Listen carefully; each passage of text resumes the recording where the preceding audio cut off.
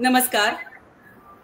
जाई फाउंडेशन मुंबई द्वारा संचालित शब्दवेल साहित्य मंच आयोजित धनंजयच्या निमित्ताने भाग 2 या कार्यक्रमाचे आज आयोजन केलेले आहे. मी प्रतिभा सराफ, शब्दवेल आणि धनंजय परिवारातर्फे सर्व रसिकांचे मनापासून स्वागत करते. आज नरेंद्र लोणकरजी अमरावतीवरून हा संपूर्ण कार्यक्रम तांत्रिक सहाय्यासाठी आपल्याला मदत करणार आहेत आणि त्यांचे सर्वप्रथम मी आभार मानते. Peace begins with a smile हे मदर टेरेसा यांचं स्लोगन मला असं वाटतं प्रवीण बोकुलकर यांनी आपल्या फोटोसोबत जोडलं होतं. तर मला असं वाटतं ते त्यांच्यासाठी तंतोतंत लागू होतं. शब्दवेल साहित्य समूहाचे ते संचालक आहेत आणि शब्दवेलचे सर्व आहेत.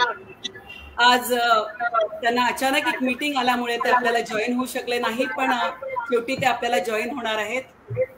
तर त्यांचं नोकरी चालू आहे, सरकारी नोकरी, त्यांचं लेखन चालू आहे, साहित्यिक कार्यक्रम चालू आहेत आणि हे असूनही त्यांनी हा शब्दवेल परिवार स्थापन केलेला आहे.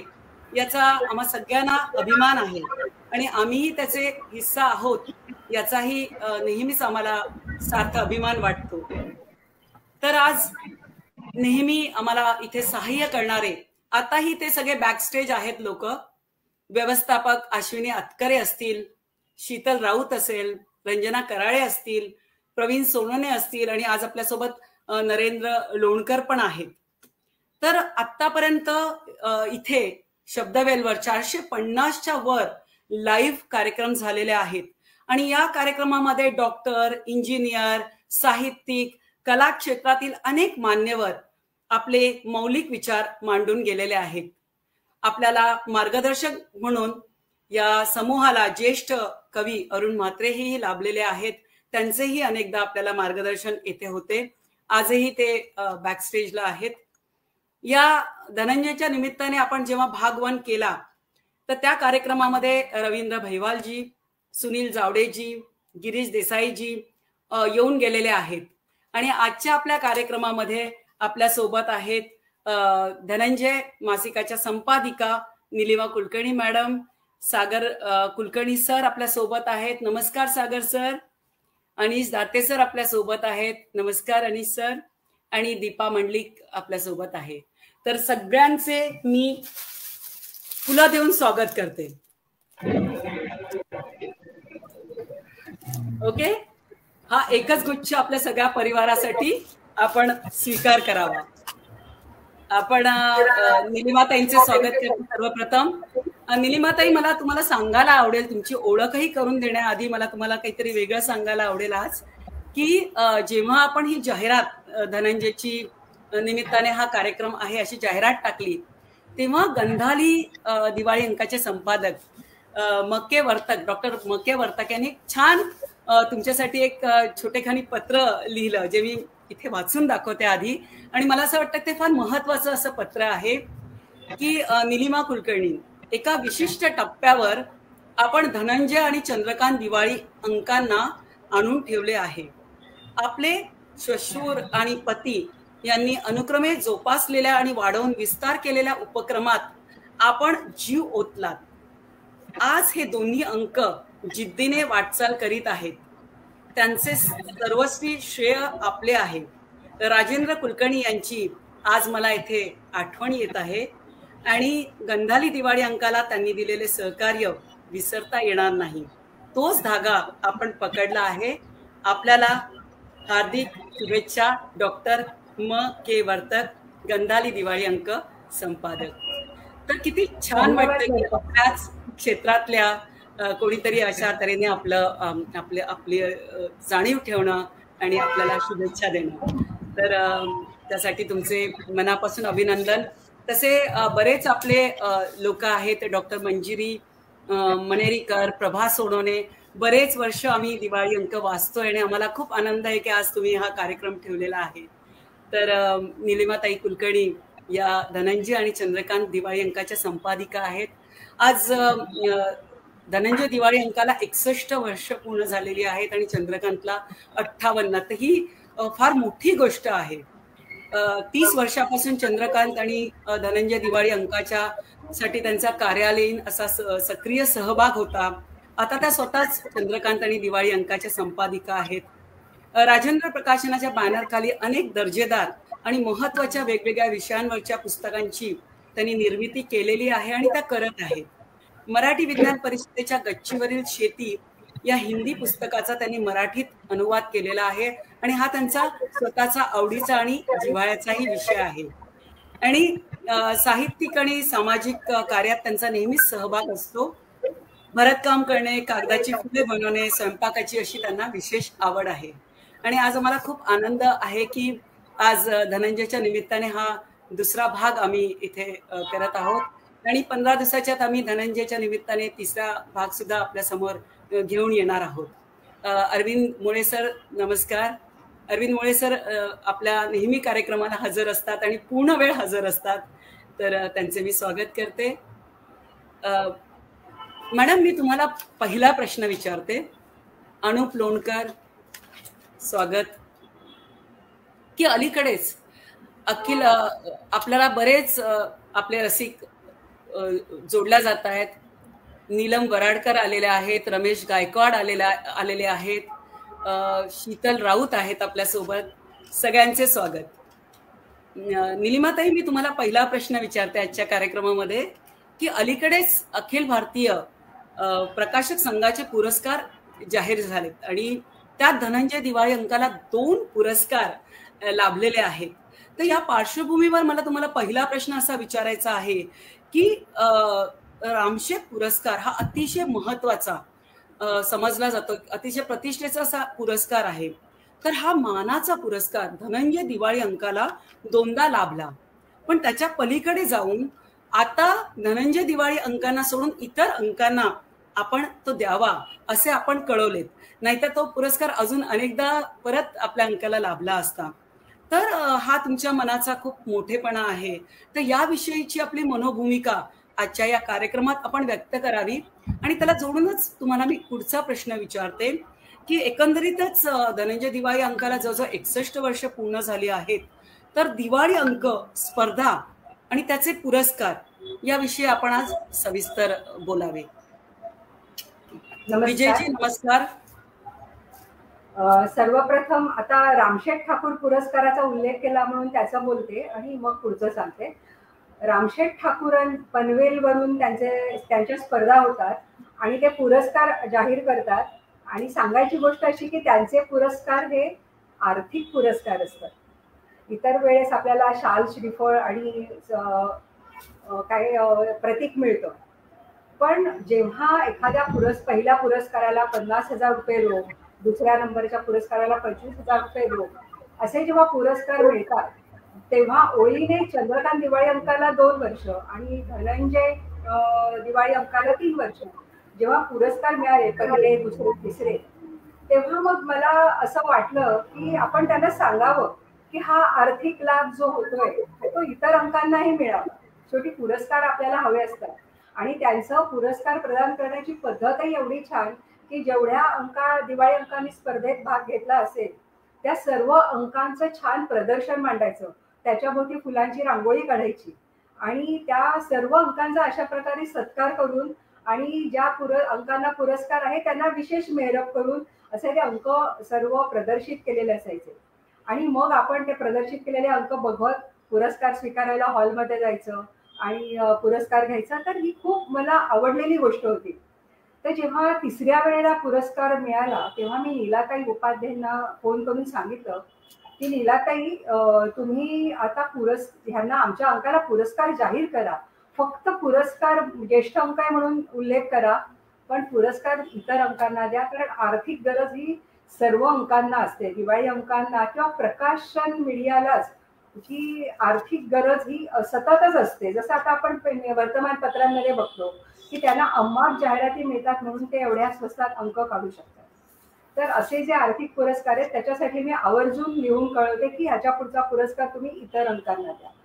आता सर्वप्रथम अमोल काळे, सई नाईकसाठी तुम्ही जॉईन झालात, कार्यक्रमात उपस्थित राहिलात, मला खूप छान वाटतं. तर सर्वप्रथम चंद्रकांत दिवाळी अंकाला वृत्तपत्र लेखक संघाचा पुरस्कार 93-90-91 साली मिळाला होता. आणि तेव्हा जो पहिला पुरस्कार मिळाला तेव्हा मला अतिशय आनंद झाला की अरे आपल्या अंकाला पुरस्कार मिळतोय, आपल्या अंकाला 10 जणांकडनं वाचलं जाते. आणि त्याची पावती शेवटी वाचक आपल्याला पत्र लिहून देतात, फोन करून देतात, किंवा असे पुरस्कार मिळाले की आपल्याला कळतं की आपले अंक आपल्यावर विश्वास असतोच की आपला अंक खूप छान होतोय, एक ते समाधान असतं. पण बऱ्याचदा अंक करताना आपण योजलेल्या गोष्टी ज्या असतात त्या अंकात उतरल्या आहेत का हे जेव्हा अंक छापून येतो तेव्हा कळतं. आणि मग त्या जर का अंकात उतरल्या नसतील तर हे फक्त आम्ही काम करणारे, मी, माझे मिस्टर आणि आमच्या संपादकीय विभागातले काही जण, ह्यांनाच कळतं की अरे हे आपल्या मनासारखं हे आलं नाही इथे, ते आलं नाही इथे. पण तरी सुद्धा ते न येता सुद्धा इतर वाचकांना ते कळत नाही, पण त्याच्याबद्दल अतृप्ती मनात ठेवून पुढच्या वेळेस आणखीन जोमाने काम केलं जातं आणि त्यामुळे अंक हे दर्जेदार निघत जातात. आणि ह्याचं खूप समाधान आहे की तो दर्जेदारपणा आपण अजूनही टिकवून ठेवलेला आहे. आणि वाचकांच्या उदंड प्रेमामुळे हे आपल्याला सतत कळत राहतं की अंक आपला छान झाला. अंका त्याच्यानंतर मुंबई मराठी पत्रकार संघाचा पुरस्कार, म्हणजे वृत्तपत्र वाचक लेखक संघ, मुंबई पत्रकार संघ, रोटरी क्लब ऑफ पुणे यांचे पुरस्कार, रामशेठ ठाकूर पुरस्कार, सुभद्राबाई काळे पुरस्कार, असे धनंजयला आतापर्यंत 40च्या वर तरी पुरस्कार मिळालेले आहेत. आणि ते आपण आपल्या ऑफिसमध्ये अगदी दिवाखाने डिस्प्ले केलेले आहेत. जेव्हा आता राजेंद्र प्रकाशनचा उल्लेख झाला तेव्हा अगदी सांगावं असं वाटतं की राजेंद्र प्रकाशनच्या पुस्तक आतापर्यंत 45 झालेली आहे. संख्या काही खूप मोठी नाही, पण पुरस्कार मात्र पुष्कळ मिळाले. आणि त्यातला मानाचा पुरस्कार म्हणजे एक तर नचिकेळकर पुरस्कार मिळालेला आहे पुण्याहून उत्कृष्ट पुस्तकासाठी. आणि तसाच प्रभाकर पेंढारकरांच्या एका स्टुडिओचं आत्मवृत्त ह्या पुस्तकाला राष्ट्रपती पुरस्कार मिळाला. आणि तेव्हा ही खूप मोठी मानाची गोष्ट राजेंद्र प्रकाशनसाठी होती. तर ढवळे प्रकाशक जे आहेत त्यांच्याकडनं पुरस्कार, जेव्हा एखादा प्रकाशक दुसऱ्या प्रकाशकाला पुरस्कार दिला देतो तेव्हा ती खूप मानाची गोष्ट असते.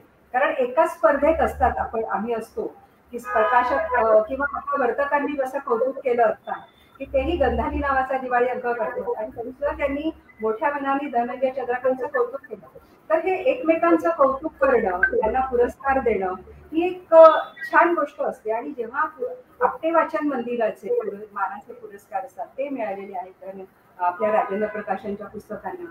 आणि अशा वेळेला जेव्हा कुठेही आपली ओळख देत नसते, काही नसतं, आणि आपल्याला पुरस्कार मिळतो तेव्हा साहजिकच आपल्याला आनंद होतो आणि आपण आणखीन जोमाने कामाला. अगदी बरोबर. अमोल दादा काळे आपल्याला जॉईन झालेले आहेत आणि ते तुम्हाला अभिनंदन म्हणतायत.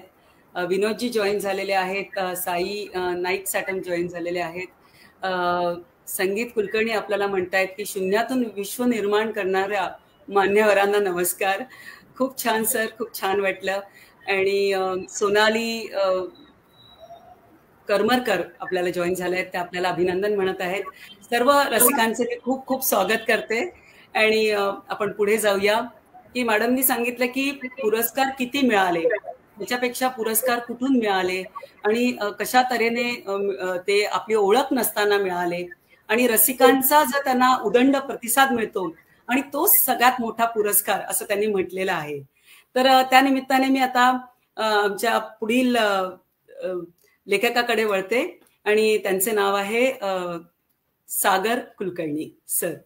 तर सागर कुलकर्णी यांची थोडीशी अल्पशी मी ओळख आपल्याला करून देते.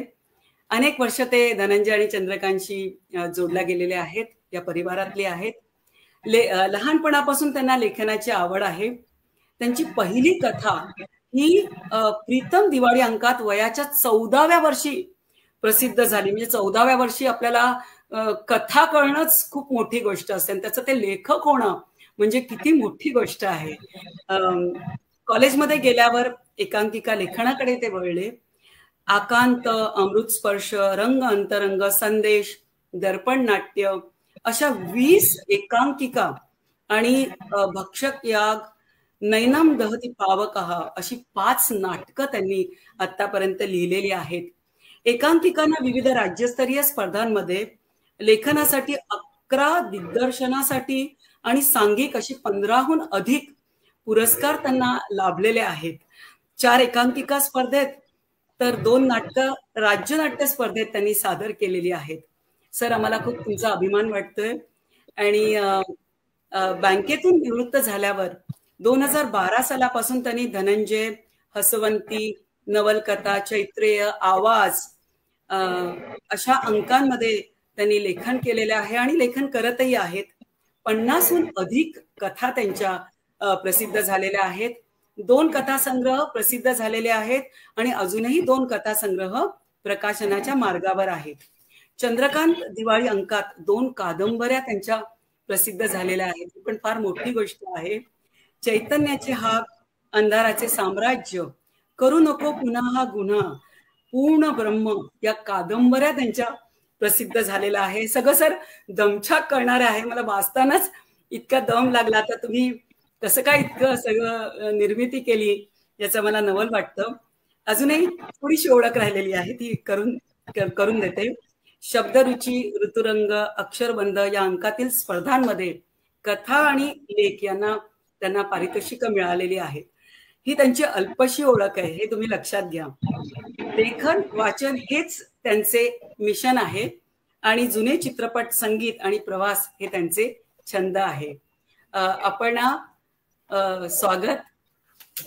मी सर आपल्या पहिल्या प्रश्नाकडे येते की धनंजयच्या निमित्ताने, हेच आपल्या कार्यक्रमाचं आपण नाव ठेवलेलं आहे, तर त्या निमित्ताने तुम्हाला मी पहिला प्रश्न असा विचारते की धनंजयकडे नेमकं तुम्ही कुठच्या निमित्ताने कधी वळलात आणि पहिली कोणती कथा तुमची प्रसिद्ध झाली? तर धनंजय दिवाळी अंकाच्या वतीने आज तुम्ही उत्तर द्या. अस्मिता जोशी, नमस्कार. धनंजय हा अगदी पहिल्यापासून आमच्या घरात सर्वात आवडता अंक होता आणि मी भाईंदरला राहतो, त्यामुळे अंक आधी ऑर्डर द्यावा लागायचा 8 दिवस आधी, नाहीतर तो नंतर मिळत नसे. आणि आमच्या घरात अशी पद्धत होती की आम्ही 7-8 चांगले दिवाळी अंक घेऊन ते एकमेकांना दिवाळीची भेट म्हणून द्यायचो. तर त्यानंतर 2005-06 सालापासून धनंजय अंक विकत घ्यावा लागला नाही, कारण तेव्हा माझे वडील दत्ता केशव हे धनंजय मध्ये कथा लिहायला लागले होते. त्यामुळे ते कथा लिहिणार आणि अंक मिळणार हे गृहीत धरून चाललो होतो. आणि अचानक 2011 साली धनंजय मिळाला नाही आणि ऑर्डर दिली नसल्यामुळे मार्केटमधून अंक संपलेला होता. तर मी अण्णांना विचारल्यानंतर ते म्हणाले की अरे नाही, यावर्षी मी नाही लिहिलेली कथा, हल्ली जरा कमी केले. तर माझ्या मनाला ते खूप लागलं, कारण लायब्ररीतून अंक मिळेपर्यंत मार्च महिना उजाडला होता. तर मी असा विचार केला की आपल्याला धनंजयचा अंक तर पाहिजेच, तर अण्णा आता लिहित नसतील तर मी का प्रयत्न करू नये. तसं दडपणही होतं, कारण धनंजयची वर्षानुवर्ष लिखाण करणारी एक जबरदस्त अशी टीम तयार होती आणि ते सातत्याने लिहित होते. एकदा तुम्हाला टीम मध्ये शिरकाव मिळाला की स्थान टिकवून ठेवणं एक वेळ सोपं आहे, पण नवीन स्थान निर्माण करणं ही खूप कठीण गोष्ट आहे. म्हणून मी त्या दृष्टीने आता धनंजयसाठीच पहिली कथा मी लिहिली 14 वर्षाच्या गॅप नंतर, कारण मधला काळ एकांकिका नाटक ह्याच्यातच रमलेलो होतो. तर मग काय झालं की निमिष, यशदा आणि तिमीर अशा 3 जणांना पडणारी स्वप्न आणि नियतीने त्यांच्याशी मांडलेला खेळ या विषयावर एक नियती नावाची कथा लिहिली आणि राजेंद्र सरांना थोडी घाबरतच पाठवली. आणि 15 दिवसांनी मी असं जॉगिंग पार्क मध्ये फेऱ्या मारत होतो, तेव्हा माझ्याकडे छोटासा मोबाईल होता, स्मार्टफोन काही नव्हता तेव्हा, नव्हताच.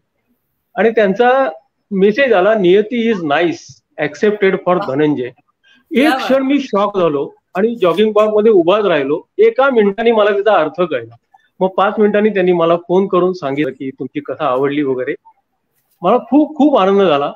फक्त वाईट असं वाटलं की तो अंक प्रसिद्ध झाला तेव्हा राजेंद्र सर आपल्यात नव्हते आणि माझी तशी प्रत्यक्ष भेट त्यानंतर झालीच नाही.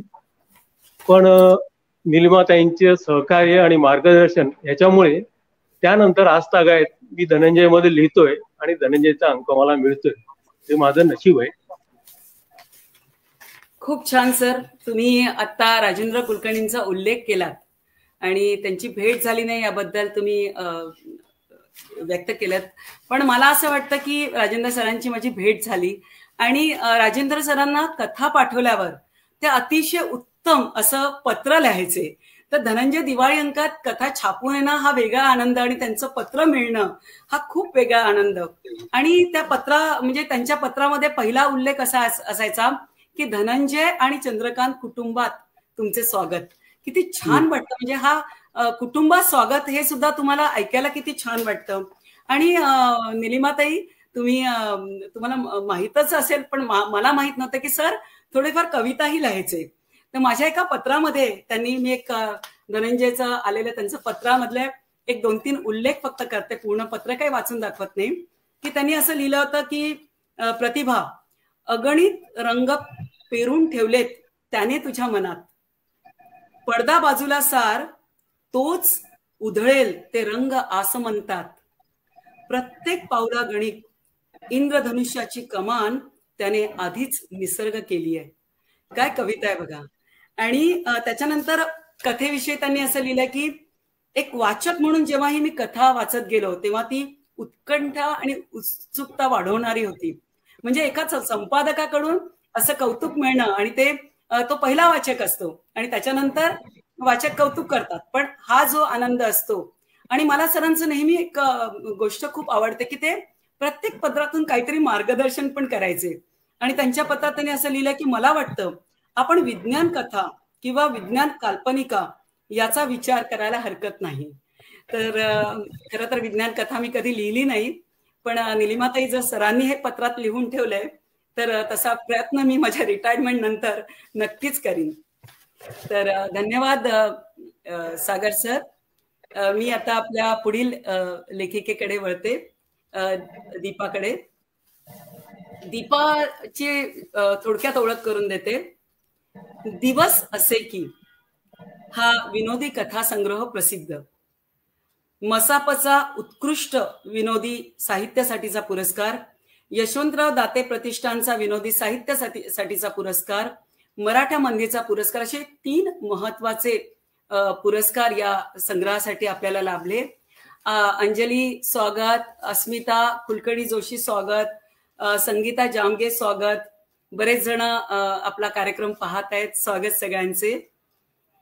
मर्क्युरी आयडियाज हा विनोदी कथासंग्रह, मारुतीचा शोध हा सामाजिक आणि कौटुंबिक कथेचा संग्रह, चांद मातला मातला हा गूढ रहस्य कथासंग्रह, हे सगळे संग्रह किंडलवरही उपलब्ध आहेत.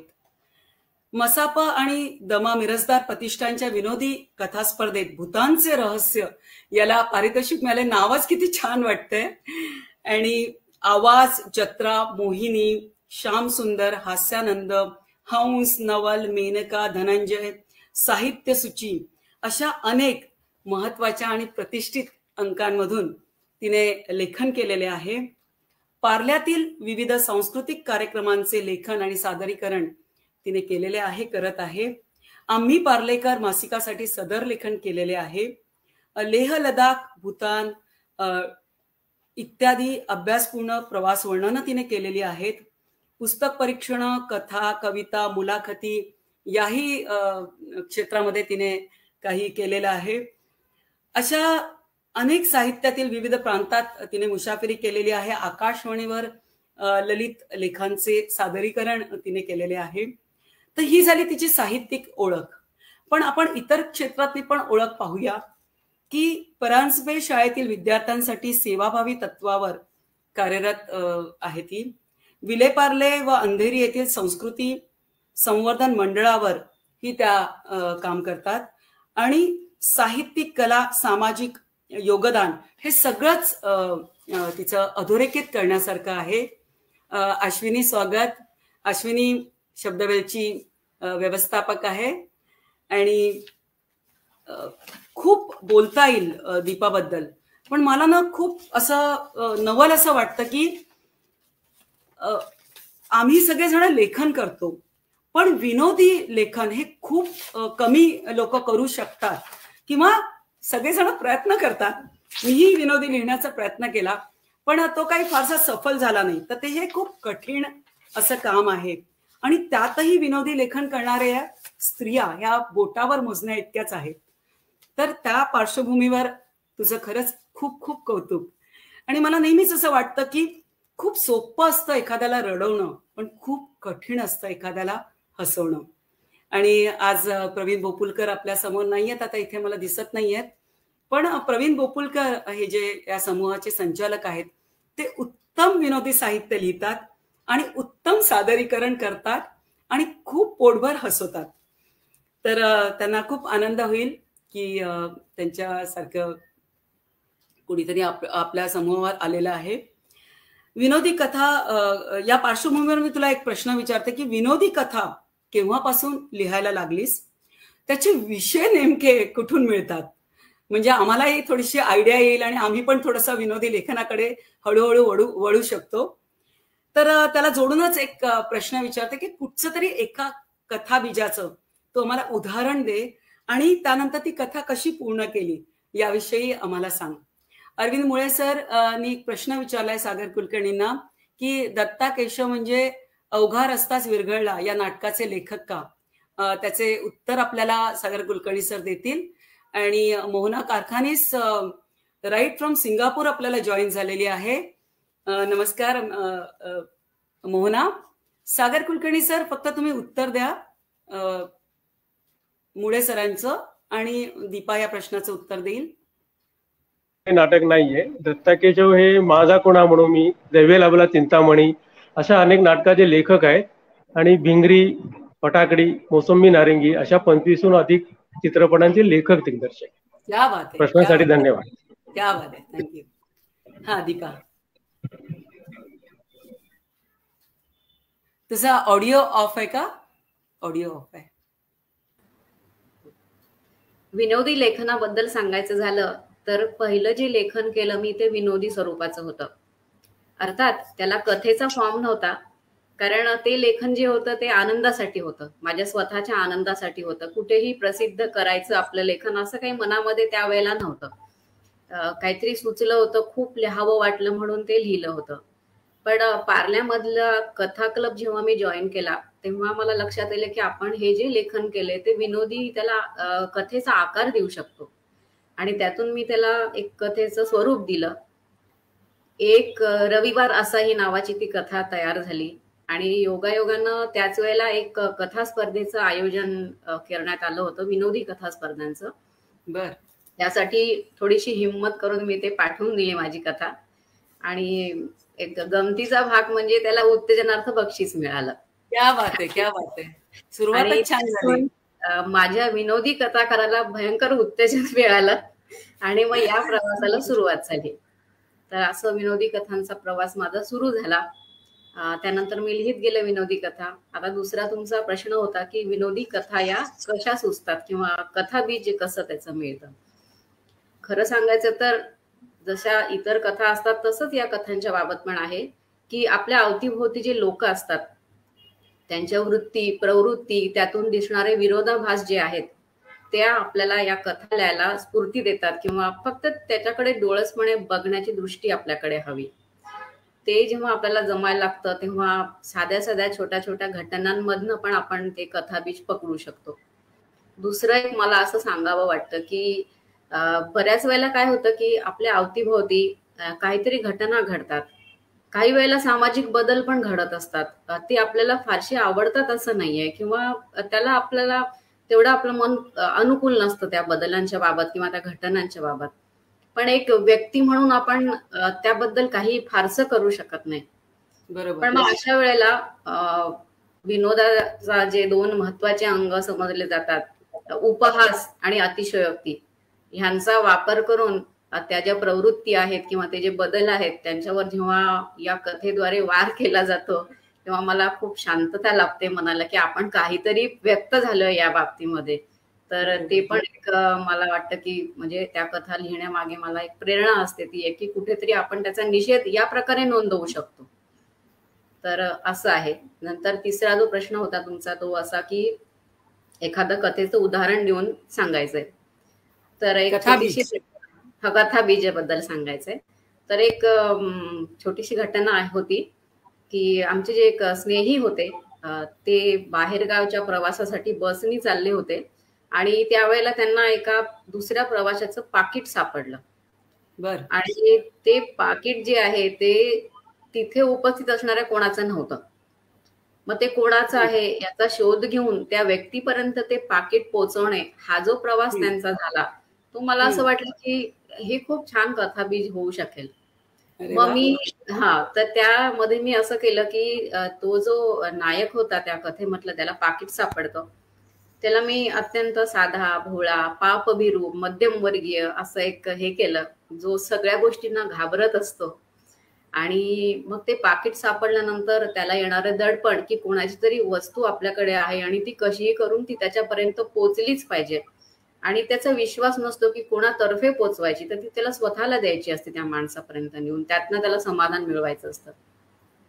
तर हा जो प्रवास होतो त्याच्यामध्ये त्याला अनेक वृत्तीचे लोक भेटतात, काही इरसाल भेटतात, काही मदत करणारे भेटतात आणि त्यामध्ये समाजात जे वेगवेगळे बोकाळे पण असतं त्याचा पण थोडासा मध्ये मी उल्लेख करून त्या पात्रांमध्ये ते टाकले आणि ती कथा फुलवत नेली आणि शेवटी मग ते पाकिट जे आहे ते त्या व्यक्तीपर्यंत कसं पोचतं याबद्दलची ती कथा मी लिहिली.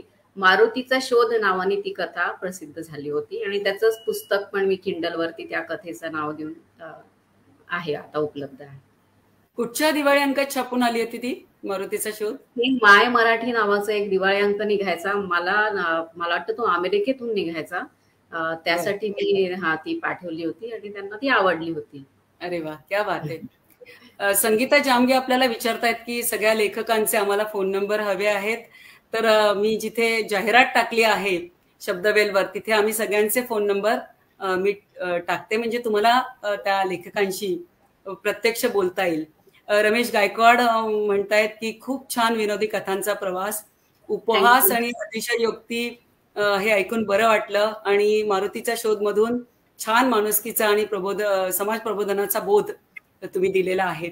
मला हे खूप छान वाटतं की वाचक आपले रसिक सुद्धा किती आत्मीयतेने कार्यक्रम पाहत आहेत, प्रत्येक शब्द ऐकत आहेत आणि एन्जॉय करत आहेत आणि त्यांना तुमच्याशी प्रत्यक्ष बोलावसंही वाटत आहे. तर ही खूप आनंदाची गोष्ट आहे. तर अनेक दिवाळी अंकवाले असतात किंवा छोटे मोठे अंक ज्यांचे प्रसिद्ध होत असतात आकाशवाणीसाठी, दूरदर्शनसाठी आणि छोट्या मोठ्या साहित्यिक कार्यक्रमांसाठी सुद्धा अशा लेखकांची त्यांना गरज असते आणि आपण सर्व लेखकांचे नक्की नंबर शब्दवेलवर देऊ आणि तिथून तुम्ही घेऊ शकता. धन्यवाद दीपा. आता आपले लेखक नाही म्हणणार, आपले अनिश श्यामाकांत दाते यांची मी ओळख करून देते. एक कलाकार आहेत आणि मला खूप असं त्यांच्याबद्दल अशासाठी वाटते की जेव्हा एखादा आपण कथा पाठवतो, म्हणजे कोणताही लेखक त्यांच्याकडे कथा पाठवतो, त्या कथेला ते दिवाळी अंकासाठी जेव्हा चित्र काढतात तेव्हा ती कथा ते पहिले वाचतात, तेव्हा ते पहिले वाचक आहेत. तर आणि आम्ही नंतर वाचतो ती कथा एक 5-6 महिन्यानंतर. तर खूप नशीबवान आहात तुम्ही. आणि अरविंद मुळे सर म्हणतात की मारुतीचा शोध निर्मितीची कथा फारच आवडली. आणि त्यांनी एक कसं विनोदी असल्यामुळे विचारलं की मिस्टरांची प्रतिक्रिया काय होती दीपाताई. तर दीपाताईला सांगायचं असेल तर ती सांगू शकते की मिस्टरांची प्रतिक्रिया काय होती विनोदी लेखनावर. मिस्टरांच्या मित्रामुळे सुचली होती आणि मिस्टरांनीच ती मला सांगितली होती एकदा वॉकिंग करताना. ऍक्च्युली वॉकिंग करताना आमची खूप चर्चा होतात माझ्या आणि माझ्या मिस्टरांच्या, आणि त्यात त्यांनी मला हे सांगितल्यानंतर मी ठरवली की ते मला ह्याची कथा लिहायची आता. तर त्यातच त्यांना ती आवडली होती आणि त्यांनी फार यांनी मित्राला पण पाठवून दिली की अरे तुझ्यावर कथा लिहिलेली आहे. काय अचूक पकडलं बघा त्यांनी. तो मुळे पकडलं. तर अनिश दाते यांची मी अल्पशी ओळख करून देते. सर जे उपयोजित कला महाविद्यालयातून त्यांनी bachelor of fine arts applied arts मधली ही पदवी प्राप्त केलेली आहे. फॅशन डिझायनिंग आणि फॅशन इलस्ट्रेशन डिप्लोमा त्यांनी केलेला आहे. फोटोग्राफी आणि व्हिडिओग्राफीचा डिप्लोमा सुद्धा त्यांनी केलेला आहे. शारदाश्रम स्कूल ऑफ एनिमेशन येथून त्यांनी पोस्ट ग्रॅज्युएशन केलेले आहे आणि त्यांचा जो व्यावसायिक अनुभव आहे तो जाहिरात एजन्सीमधून त्यांनी इलस्ट्रेटर आणि व्हिज्युअलायझरचा अनुभव घेतलेला आहे आणि आता त्यांनी स्वतंत्रपणे फ्रीलान्सिंग सुरू केलेलं आहे. तर जाहिरात कला आणि व्यवसाय क्षेत्रात केलेलं आहे, औषधी कंपन्यांमध्ये केलेलं आहे, प्रकाशन संस्था आणि प्रकाशन संस्था पण कोणत्या, तर मराठी, इंग्रजी आणि कन्नड. नंतर ॲनिमेशन स्टुडिओ सुद्धा त्यांनी फ्रीलान्सिंग केलेलं आहे. त्यांची पण ओळख खूप मोठी आहे, पण त्यांच्या बोलण्यातून त्यांची आपल्याला ओळख होईल. त्यांचं सामाजिक कार्य म्हणजे त्यांनी लिहिलं सोसायटीमध्ये ते पदाधिकारी. हे वाक्य जेव्हा मी लिहित होते मोबाईलमधून कागदावर, तेव्हा मला खरंच तुम्हाला मनापासून नमस्कार करायचा वाटला. सर, मी इतक्या संस्थांचा कारभार पाहिलेला आहे की कोणीही पदाधिकारी व्हायला पाहत नाही. त्याच्यासाठी एक तर हिंमत लागते, डिव्होशन लागतं, नम्रता लागते आणि अजून किती गुण लागतात ते तुम्ही बेटर सांगू शकता, कारण मी कधी त्या फंदात पडलेली नाहीये. आणि विजय चाफेकर आपल्याला म्हणतात की ताई अभिनंदन, कार्यक्रम खूप चांगला चालू आहे. तर इकडे 3 ताई आहेत, प्रतिभा ताई आहे, निलिमा ताई आहे आणि दीपा ताई आहे. आम्ही सगळेजण अभिनंदन स्वीकारत आहोत विजयजी. तर मला असं नेहमी वाटतं की आणि त्याच्यानंतर तुम्ही आता खजिनदार झालात, त्याच्यानंतर तुम्ही आता अध्यक्ष आहात, म्हणजे खरोखरी म्हणजे मला एक प्रश्न असा आहे की कलाकाराला हे सगळं कसं जमतं बुवा? हा तर माझा खूप मूळ प्रश्न आहे, हवा तर तुम्ही नंतर मला त्याचं उत्तर द्या. तर पार्ल्यातील लोकमान्य सेवा संघ प्रचार शाखा कमिटीवर ते कार्यकर्ता म्हणून सक्रिय आहेत. संगीत, प्रवास, वाचन, लेखन, चित्रपट, गप्पा, चर्चा, संवाद, क्रिकेट, बुद्धिबळ इतके सगळे त्यांच्या आवडीचे विषय आहेत. आणि मला खरोखरी दाते सरांबद्दल एक गोष्ट सांगायला आवडेल की त्यांची ही सगळी आवड मी अनुभवलेली आहे दुरून, म्हणजे आमची अजून एकदाही भेट झालेली नाहीये, परंतु धनंजय ग्रुपवर सातत्याने ते देशाविदेशातले पेंटिंग्स आणि चित्रपट सातत्याने टाकत असतात. आणि मला जरी सर वेळ नसेल ना तरी मी स्टार करून ठेवते. तुम्हाला माहिती असेल की तुम्ही टाकलेल्या चित्रपटाचं मी 3 महिन्यानंतर तुम्हाला उत्तर देते की खूप चांगला चित्रपट होता. आणि गप्पा त्यांनी लिहिलंय, तर त्या गप्पांचा अनुभव आपण माझ्याबरोबर सगळेच आज घेणार आहोत. ते काय गप्पा करतात आता बघूया. तर त्यांना मला पहिला प्रश्न विचारायचा आहे की आपण धनंजय आणि चंद्रकांत दिवाळी अंकासाठी साधारण किती वर्ष काम करत आहात, आणि याविषयीचे तुमचे अनुभव तर तुम्ही उद्धृत करालच. एखाद्या कथेसाठी, कादंबरीसाठी चित्र काढताना वाचकांच्या आधी पहिले वाचक म्हणून तुम्हाला वाचायला मिळतं, तर त्याचा आनंद म्हणजे तुम्ही त्या लेखकांना कळवता का की बाबा तुझं असं मी कथा वाचली मस्त आहे, हे तुम्ही आधीच कळवता की अंक प्रसिद्ध झाल्यावर कळवता? शब्दवेल संयोजकांना आणि हा कार्यक्रम पाहणाऱ्या सर्व रसिकांना माझा मनापासून नमस्कार आहे.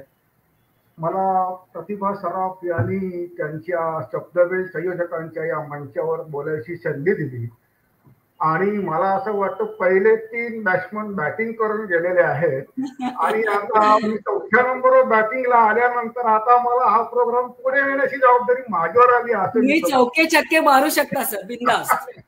आम्ही फक्त एकूणच रन घेतलेला आहे सगळ्यांनी. तुम्ही हरकत नाही, कारण तुम्ही एवढी मोठी ओळख करून दिल्यानंतर आता मला एकेका प्रश्नाला उत्तर द्यायची म्हणजे मला आता प्रेशरच आलेलं, कारण एवढं तिथे संपादक, लेखक, ते सगळे कार्यक्रम पाहणारे लोक एक दिग्गज लोक आहेत. तर मी तुम्ही विचारलेला प्रश्नाचं मी उत्तर देतो.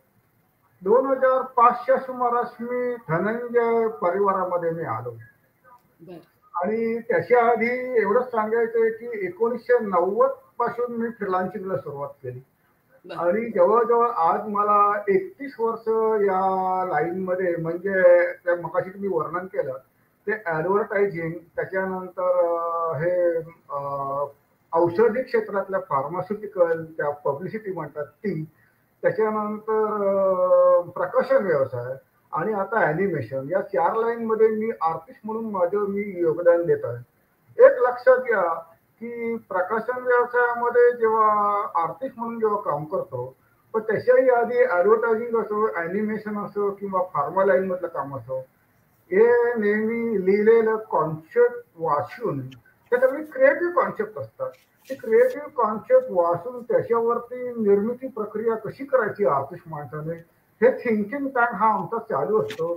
तीच प्रोसेसच्या त्या प्रोसेसचा फायदा आर्टिस्ट म्हणून तिथून अनुभव घेतल्यानंतर आज मी प्रकाशन व्यवसायाला देतोय, एवढं मला सांगायचं आहे.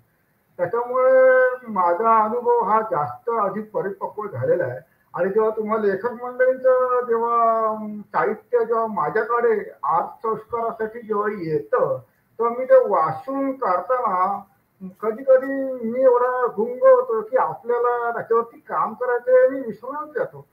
पण नंतर मला भान येतं आणि पहिल्यांदा या कथेचं वाचन करायला मला मिळतंय, ते प्रसिद्ध होण्याच्या आधी मला भाग्य म्हणजे माझं भाग्य समजायला पाहिजे. कारण मला मुळात वाचनाची आवड आहे आणि वाचल्याशिवाय मी पुढे जाऊच शकत नाही, असंच मला सांगायचं आहे. तर 2005च्या सुमारास मी धनंजय आणि चंद्रकांतच्या परिवारामध्ये मी आलो आणि तिथून आता मी रेग्युलर गेली 16 वर्ष मी काम करतोय. मला भरपूर व्यापक अनुभव मिळालेला आहे. सर्व लेखकांचे सगळे मी कथा प्रकार, कादंबऱ्यांचे प्रकार, त्याच्यानंतर मी लेखांचे प्रकार मी हाताळलेले आहेत. ते वाचून माझा अनुभवही परिपक्व होतोय आणि त्याला तो लेखी स्व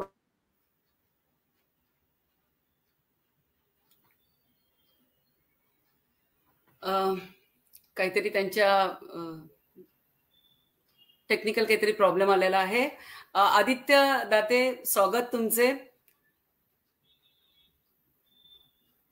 दाते सर खूप बोलतात असं मी म्हटलं आणि दाते सरांना बोलायला आवडतं, म्हणून टेक्निकली त्यांना थोडंसं स्टॉप केलंय की काय कोणास ठाऊक. दाते सरांना माझा आवाज ऐकू जातोय की तोही ऐकू येत नाहीये?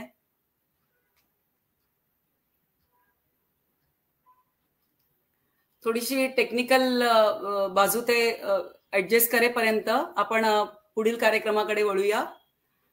दाते सर त्यांच्या प्रश्नाचं उत्तर नंतर देतील. दाते सर, तुम्ही मला ऐकत असाल किंवा आदित्य मला ऐकत असेल तर फक्त तुम्ही एक काम करा की त्यांना मोबाईलवरून जॉईन करायला सांगा. मोबाईलचा डेटामध्ये कधी प्रॉब्लेम येत नाही. मी पुढच्या प्रश्नाकडे वळते. त्यांच्यासाठी बऱ्याच वाचकांनी अनेक प्रश्न विचारून ठेवलेले होते, पण मी पुढच्या प्रश्नाकडे वळते. संगीता जामगे म्हणतात की शब्दवेलमध्ये भाग घ्यावा असे वाटते. जरूर आपण तुम्ही काय करता ते कळवावे, आपण जरूर भाग घेऊ शकता. निनिमाताई, मी आपल्याकडे वळते. थोडंसं अमोल दातेंच्या कामाविषयी तुम्हीच थोडंसं बोलावं ते जॉईन होईपर्यंत, असं मला वाटतं. तुमचा ऑडिओ बंद आहे. दाते सरांच्या कामाविषयी तुम्ही बोलावं. अनिश दातेंनी 2005 साली पत्र पाठवलं होतं आणि मला दिवाळी अंकामध्ये इलस्ट्रेशन करायला आवडेल असं त्यात लिहिलेलं होतं. त्या पत्रात इतकं सुंदर हस्ताक्षर, मोत्याचा दाणा. म्हणजे पत्र वाचल्याबरोबर लगेचच राजेंद्र आणि मी दोघंही काम करत होतो. राजेंद्रनी लगेच फोन लावला. आणखीन अनिशला सांगितलं की मला तुम्हाला भेटायला आवडेल. आणि पुढच्याच आठवड्यात अनिशची भेट झाली आणि त्याचं बोलणं ऐकून, त्याची चित्र बघून आणि दिवाळी अंकांचं काम त्याला द्यायला सुरुवात केली. आणि अनिशचं कौतुक असं आहे, ह्याच्यासाठी आहे की तो प्रत्येक कथेचा अभ्यास करतो. त्याची भौगोलिक पार्श्वभूमी, त्याचा काळ काय आहे, कुठल्या काळात आहे, आणि मग त्याला काही शंका आली तर त्या लेखकाला फोन करतो की मी अशी कथा आणि त्याच्यावर चित्रकथा, मला ही शंका आहे तर तुम्ही त्याचं हे द्या. आणि मग त्याचं ते चित्र तयार झालेलं असतं. तर एवढा अभ्यास करून चित्र काढणारा हा आमच्या ह्याच्या गाडीला पहिला चित्रकार. आपल्या धनंजय चंद्रकांत दिवाळी अंकासाठी बरेच चित्रकार काम करतात, बरेच दिग्गज काम करतात. त्यामुळे तसं नाही, पण अनिशचा आणि आमचा स्नेह असा जुळत गेला. मनोज आचार्य एक असे चित्रकार आहेत की असे स्नेह जुळत जातात.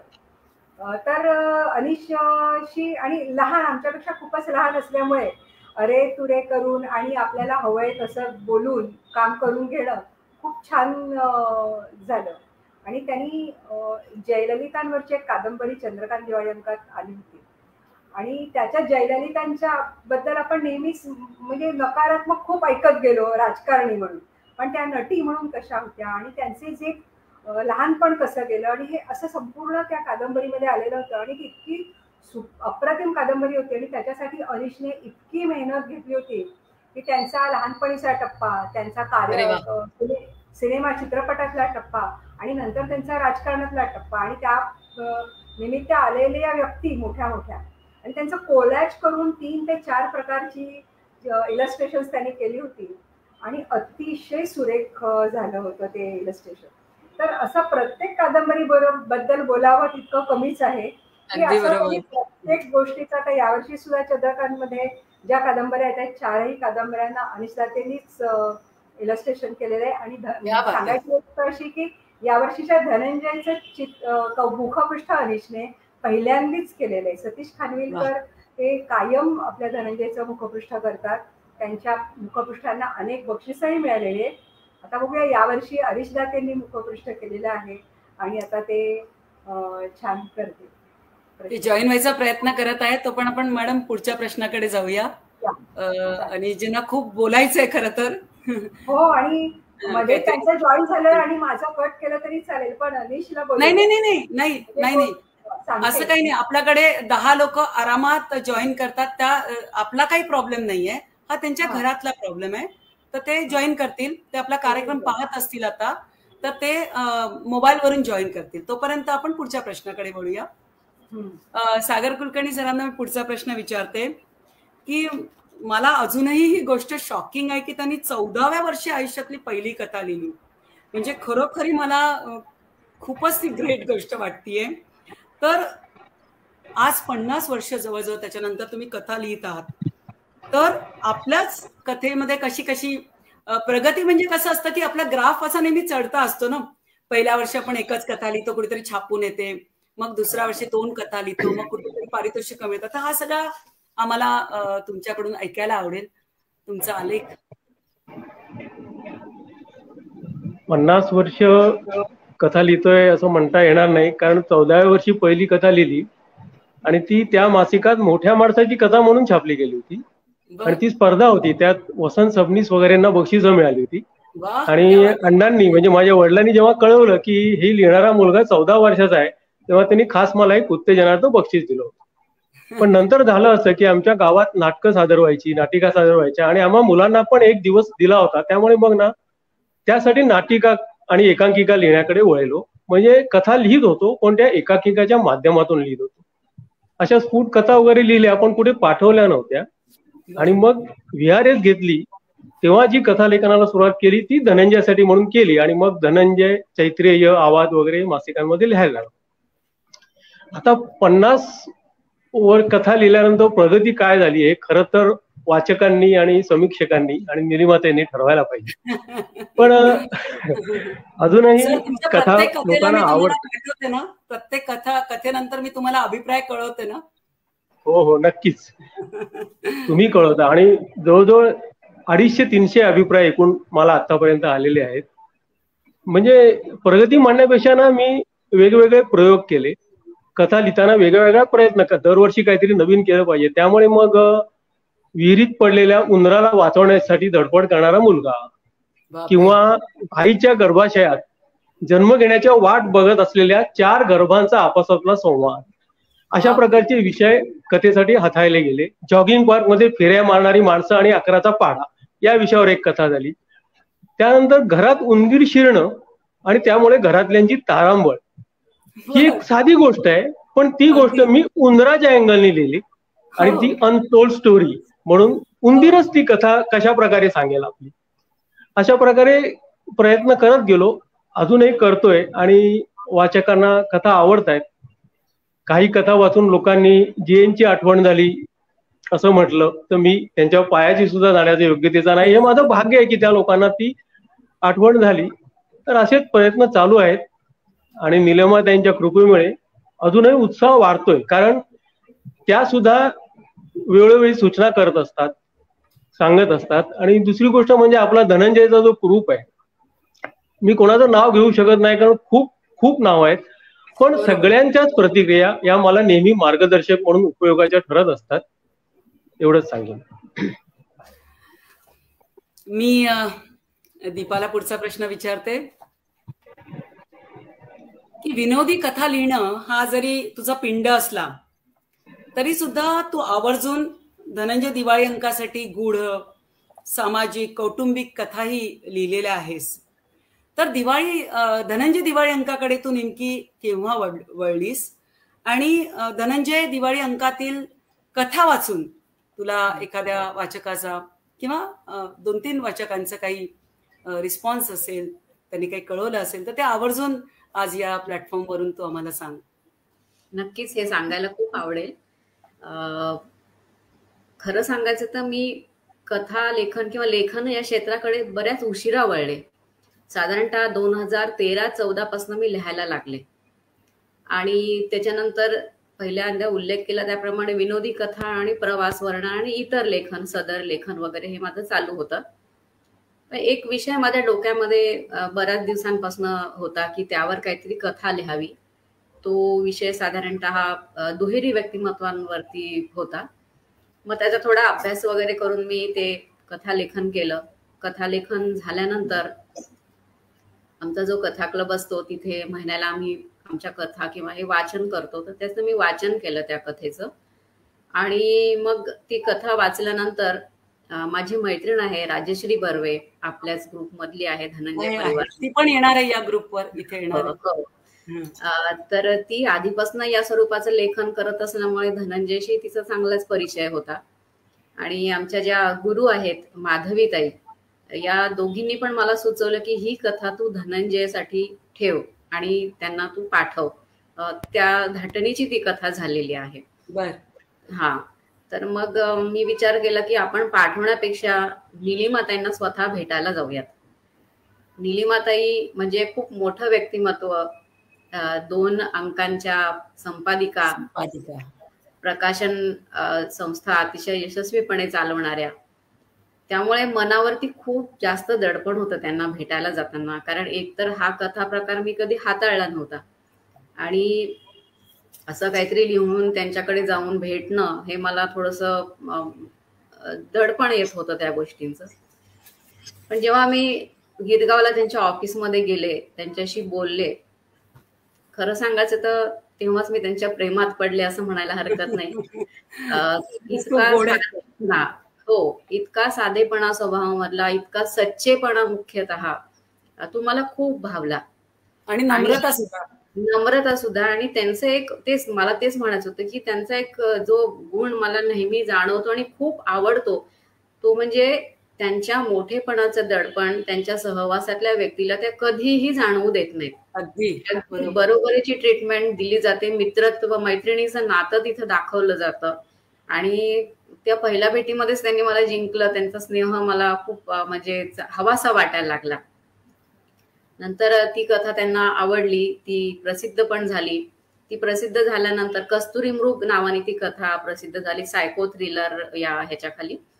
आणि त्याच्यानंतर मग आपल्या प्रथेप्रमाणे अमोल दादा काळे यांनी मला आपल्या व्हॉट्सअप ग्रुपवरती जॉईन करून घेतलं. आणि ते जॉईन झाल्यानंतर मग आपला जो धनंजय परिवार आहे तो ग्रुप न राहता परिवार झाला माझ्यासाठी.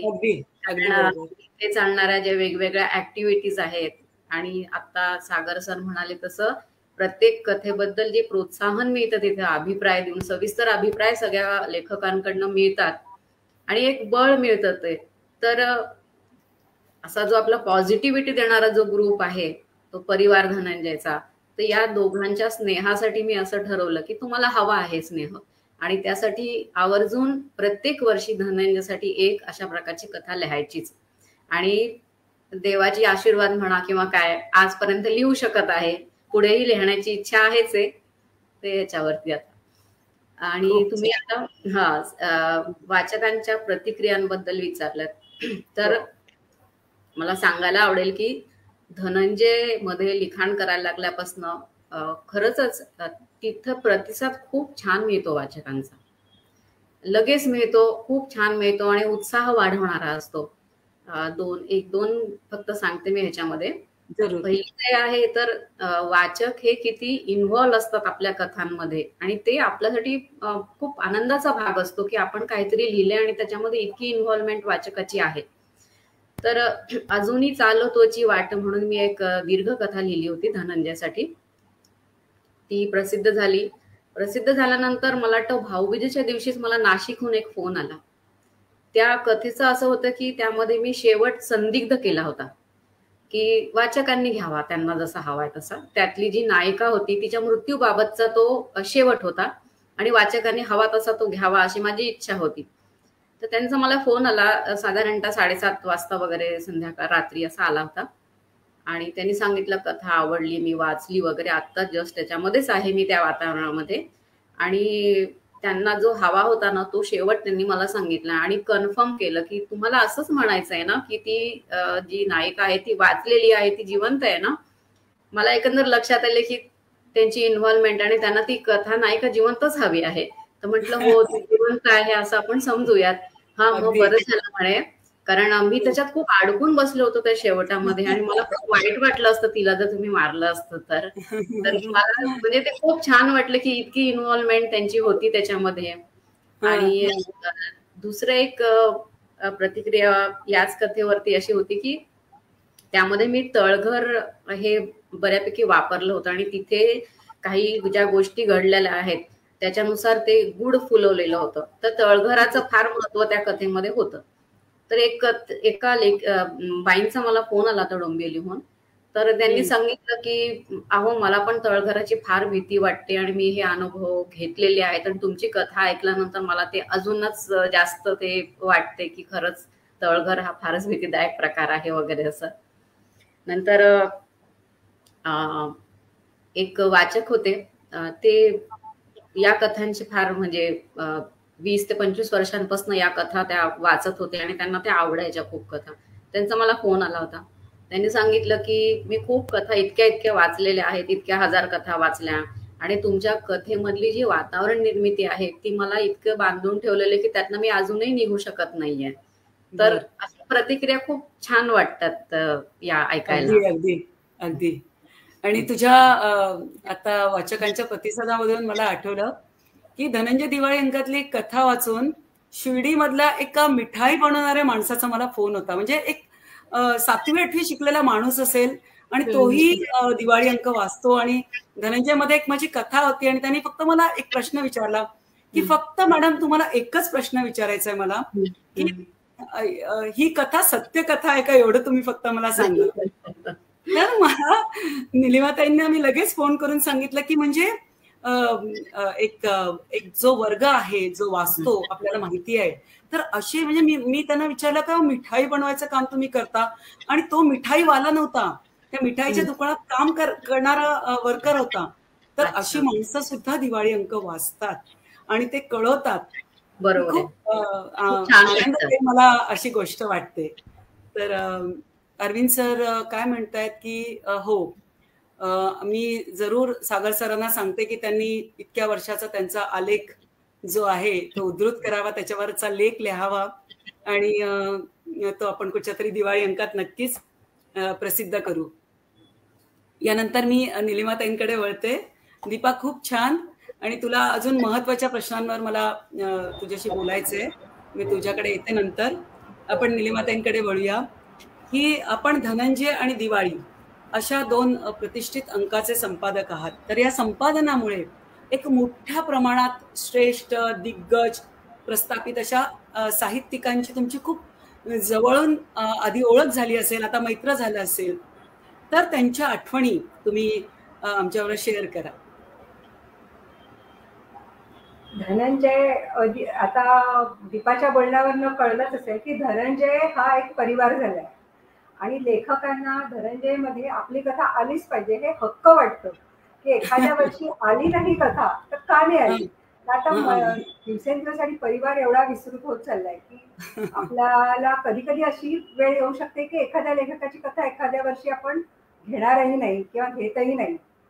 तर एकतर हे विषय निघाला म्हणून सांगते, तर परिवारात सगळेच आहेत, पण एखाद्या वेळेस जर का कथा आली नाही तरी ते परिवाराबाहेर गेलेले नसतात, ते परिवारातच असतात. ही मुख्य गोष्ट. आणि सगळ्यात प्रथम जेव्हा मी 30-32 वर्षापूर्वी जेव्हा मिस्टरांना मदत करायला सुरुवात केली, राजेंद्रला, आणि आम्ही एकत्र काम करायला सुरुवात केली, तेव्हा मला पहिल्यांदी कुमुदिनी रांगणेकरांच्या घरी जायचा प्रसंग आला की तेव्हा कुमुदिनी रांगणेकरांच्या अनुवादित कादंबऱ्या आपण चंद्रकांत मध्ये प्रसिद्ध करत होतो, अनुवादित कथा धनंजयमध्ये येत होत्या. आणि मी त्यांच्या घरी गेले, जवळजवळ म्हणजे 75-76 वर्षांचं वय असेल, ताट अशा ह्याच्या, आणि घरात गेले आणि ये निलमे, निलिमाचं निलमे करून आणि त्यांनी माझं स्वागत केलं.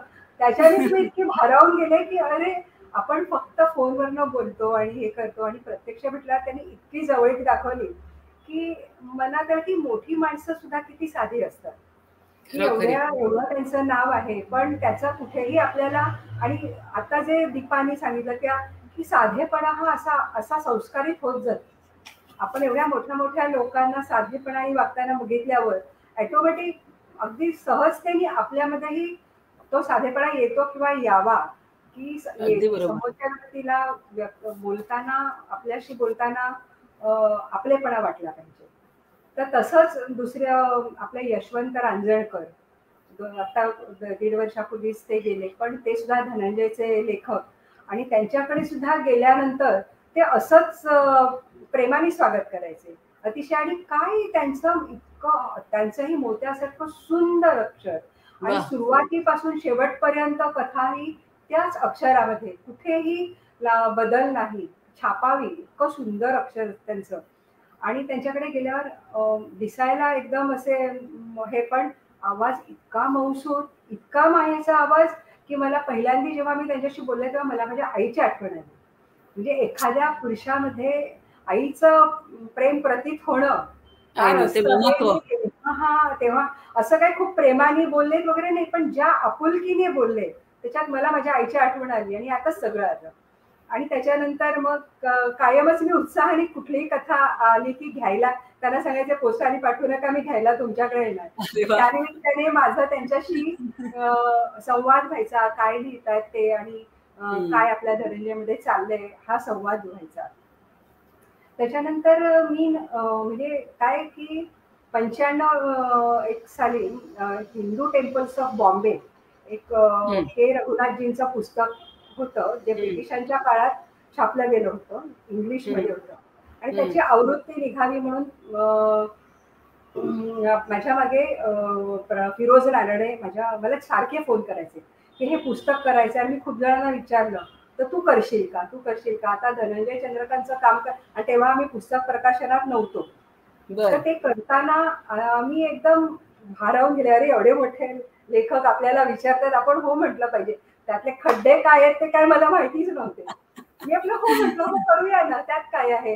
हे सगळं ऐकत होते माझं बोलणं आणि मजा घेत होते की ही हो म्हणते, बघूया आता कसं पुढे करणार आहे वगैरे.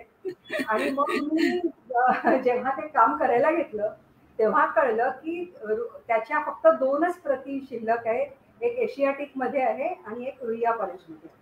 आणि रुईया कॉलेजमध्ये बडीगेर मॅडम लायब्रेरियन होत्या तेव्हा, आणि एशियाटिक मध्ये टिकेकर सरांची ओळख होती आणि त्यांच्यामुळे ते काम होत होतं. तर त्या जुन्या पुस्तकाचं प्रत्येक पान हे एका प्लॅस्टिकच्या पिशवीत घातलेलं, आणि अशी ती सगळी पानं बाइंड केलेली, आणि त्याच्यावरून ते टाईप करून पुस्तक करायचं.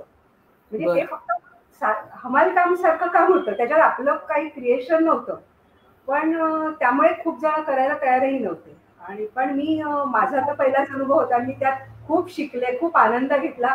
आणि मोठ्या लोकांचं सहकार्य कसं मिळतं ते मला तेव्हा झालं. मग बडीकर मॅडमनी त्यांच्या कॉलेजमधलीच एक मुलगी जिला सांगितलं की तू इथे रोज येऊन तुला वेळ मिळते आणि टाईप कर. कारण मी तिथं ती घरी न्यायला परवानगी नव्हती, प्रत घरी न्यायला परवानगी नव्हती, एकुलती एक प्रत त्या कॉलेजची, आणि एशियाटिक मध्ये सुद्धा एकच प्रत. त्यामुळे मग तिने सगळं ते टाईप केलं. नंतर मी तिथे बसून त्याचं प्रूफ करेक्शन केलं ते, आणि ते पुस्तक मग संपन्न झालं. आणि रुईया कॉलेजमध्ये सरांच्या हस्ते त्याचं प्रकाशन वगैरे झालं. आणि त्यावेळेस एवढ्या मोठ्या गिरीश वासुदेव अर्थतज्ञ, महालक्ष्मीचे तिथे महालक्ष्मी मंदिर ट्रस्टचे जे संचालक होते ते, किंवा अरुण नेरुरकरांची तिथे माझी ओळख झाली. आणि अरुण टिकेकरांनी मला खूप सहकार्य केलं अशा वेळेला. आणि ते पुस्तक प्रकाशित झालं, आणि त्या अगदी मोजक्या प्रतीच काढल्या त्या, कारण त्या काही अभ्यासू लोकांनाच त्याची गरज होती. त्यामुळे आणि त्याच्यातनं मग मला असे अनुभव मिळत गेले आणि कधीही मग तेव्हा टिकेकर सर भेटले की विचारते तुझं काय चाललंय आता पुढे, आता तू काय करतेयस. म्हणजे अशा वेळेला मग आपण जर का कुठे काम करताना थांबत असू तर आपल्याला थांबायचं नाहीये. आपल्याकडे खूप जण आशेने बघतायत तर आपल्याला हे आपलं काम सतत चालू ठेवलं पाहिजे असं म्हणजे आपण मी त्यातनं शिकत गेले. फिरोजी तर नंतर माझ्या वडिलांसारखेच कायम त्यांचे फोन असायचे आणि त्यांच्याशी खूप छान स्नेह जुळले. प्रतिभाताई रानडे त्यांच्याशी त्यामुळे स्नेह जुळला. मग त्यांनी माझी लिहायची राहून गेलेली एक कादंबरी असा विषय घेऊन धनंजयसाठी एक लिहून दिलं होतं. पण तीच एक कादंबरी झाली होती. लिहायची लिहून गेलेली कादंबरी आणि त्याच्यात जे त्यांनी लिहिलं होतं तेच एक कादंबरी इतकी सुंदर झाली. त्याच्यानंतर सुहास शिरवळकर. आता काय आहे की काही काही चंद्रकांत किंवा धनंजय यांना ना लेखकांमुळे सुद्धा खूप मोठं स्थान मिळालेलं आहे. सुहास शिरवळकर जेव्हा लिहित होते तर सुहास शिरवळकरांचे वाचक त्यांच्यासाठी म्हणून अंक घेणार आणि मग त्यांच्यासाठी अंक घेतल्यावर ऑटोमॅटिकच ते अंकाच्या प्रेमात होते. त्यावेळेस जेव्हा सुहास शिरवळकरांशी मग इतका छान घरोबा झाला होता की पुण्याला राजेंद्र गेले की त्यांच्या घरी थांबायचे, ते मुंबईला आले की कायम आणि त्यांची काही ना काही दूरदर्शनवर वगैरे कामं चालायची की मग कायम ते बोरिवलीला आमच्या घरी राहायला येणार आणि मग त्या गप्पांमधून जो एक आपल्याला साहित्यिक आनंद मिळतो तो वेगळाच आनंद आहे. आनंद सामंत तर आपल्या बोरिवलीतच राहणार आहे. त्यांच्यामुळे अंकाला किती नाव झालं. त्यांनी चंद्रकांतमध्ये 4 कादंबऱ्या दिल्या होत्या आणि मग असं काम करत असताना के.बी. कुलकर्णी हे आंतरराष्ट्रीय ख्यातीचे चित्रकार त्यांच्याशी ओळख झाली आणि त्यांच्याकडे आम्ही बेळगावला गेलो. तर आता एक आपल्या प्रत्येक स्त्रीमध्येच एक गृहिणी पण लपलेली असते जरी ती असं काम करत असली तरी. आणि काय म्हणा की मला अशी खूप हौस आहे की कुणाला भेटायला गेलं तर आपण घरी केलेलं काहीतरी न्यावं. तसं मी घरी केलेले डबाभर लाडू त्यांच्यासाठी घेऊन गेले होते, रव्याचे लाडू, आणि तो डबा त्यांच्या हातात दिला गेल्याबरोबर आणि मग आमचं सगळं बोलणं झालं वगैरे निघताना आणि ते म्हणाले हे बघा हा मला अंकाच्या कव्हरचं मानधन म्हणजे असे डबाभर लाडू पाठवायचं. गंमत होत गेली. आणि मग त्यांच्यावरती एक सुंदर लेख आपण मंगळराज अध्यक्ष सरांनी पण लिहिला होता, जॉन फर्नांडिस सरांनी लेख लिहिला होता आणि मग त्यांच्याचमुळे मग जॉन फर्नांडिस सरांची ओळख झाली. मग त्यांनी आपल्याला एक मुखपृष्ठ दिलं. असं म्हणजे एकातून एक छान आपण आपल्या ओळखी होत जातात आणि आपण खूप काहीतरी वेगळं करायला प्रवृत्त होतो. मला वाटतं अनिश दाते सर आपल्याला जॉईन झालेले आहेत. हो झालेले आहेत. चालेल. दाते सर आता बरंच तुमच्याविषयी मॅडम बोलल्या ना, नेमकं तुम्ही ऐकायला नव्हतात पण नंतर कार्यक्रमामध्ये ऐका. तर मी आता सरळ पुढच्या प्रश्नाकडे तुमच्या जाते कारण तो आम्हाला फार महत्वाचा प्रश्न वाटतो.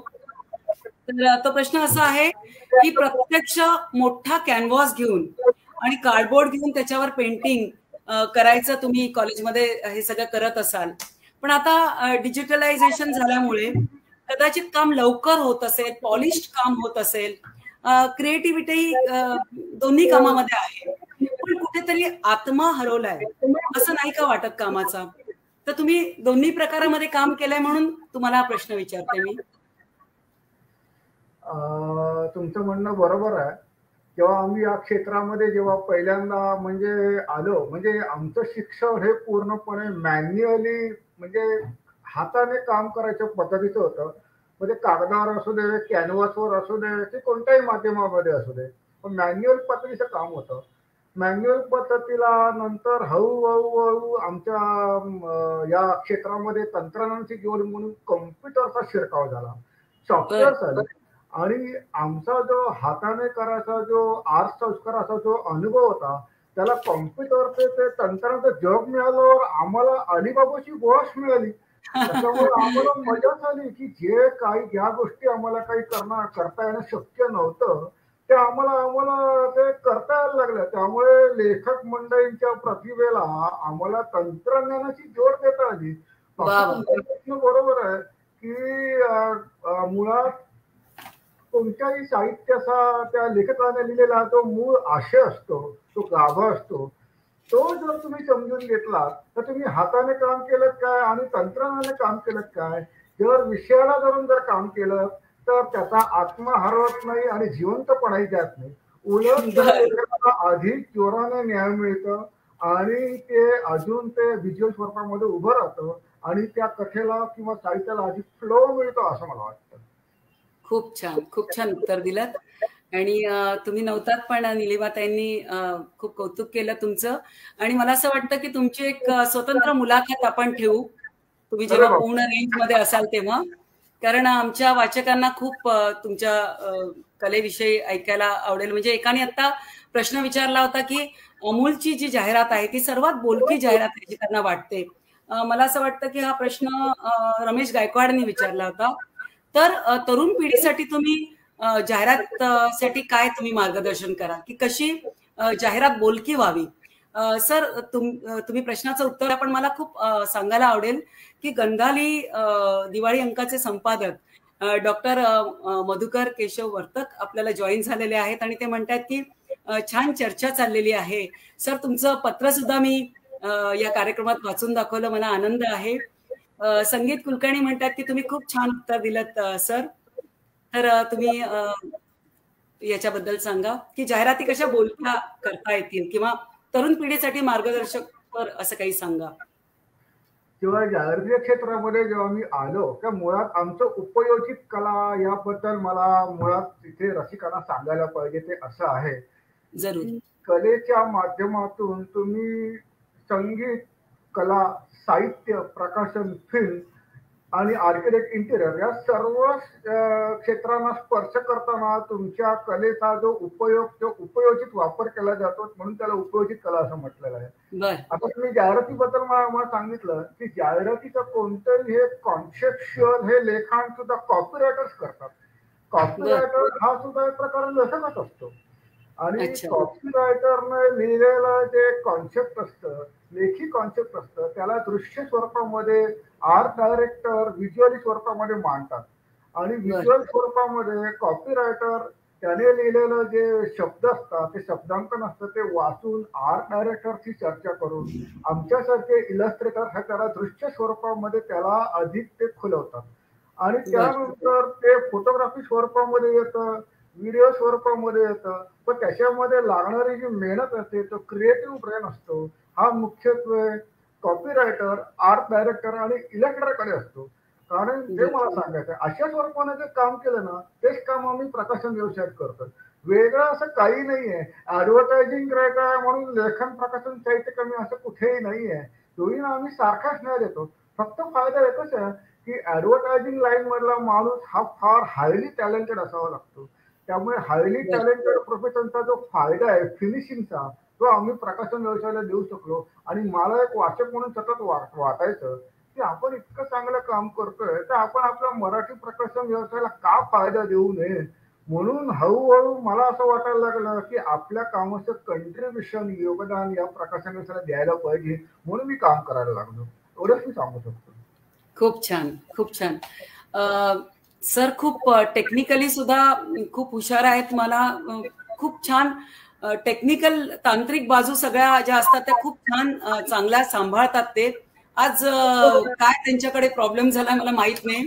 पण सर, तुम्ही आता परत समजा काही तांत्रिक अडचण आली तर तुम्ही मोबाईलवरून जॉईन व्हा. मोबाईलवरून जॉईन होणं खूप सोपं असतं. तर समजा तुम्ही निघून गेलात तर जॉईन व्हा. तुम्हाला अजून एक प्रश्न विचारायचा आहे. तर मी आपल्या परत सागर कुलकर्णींकडे वळते.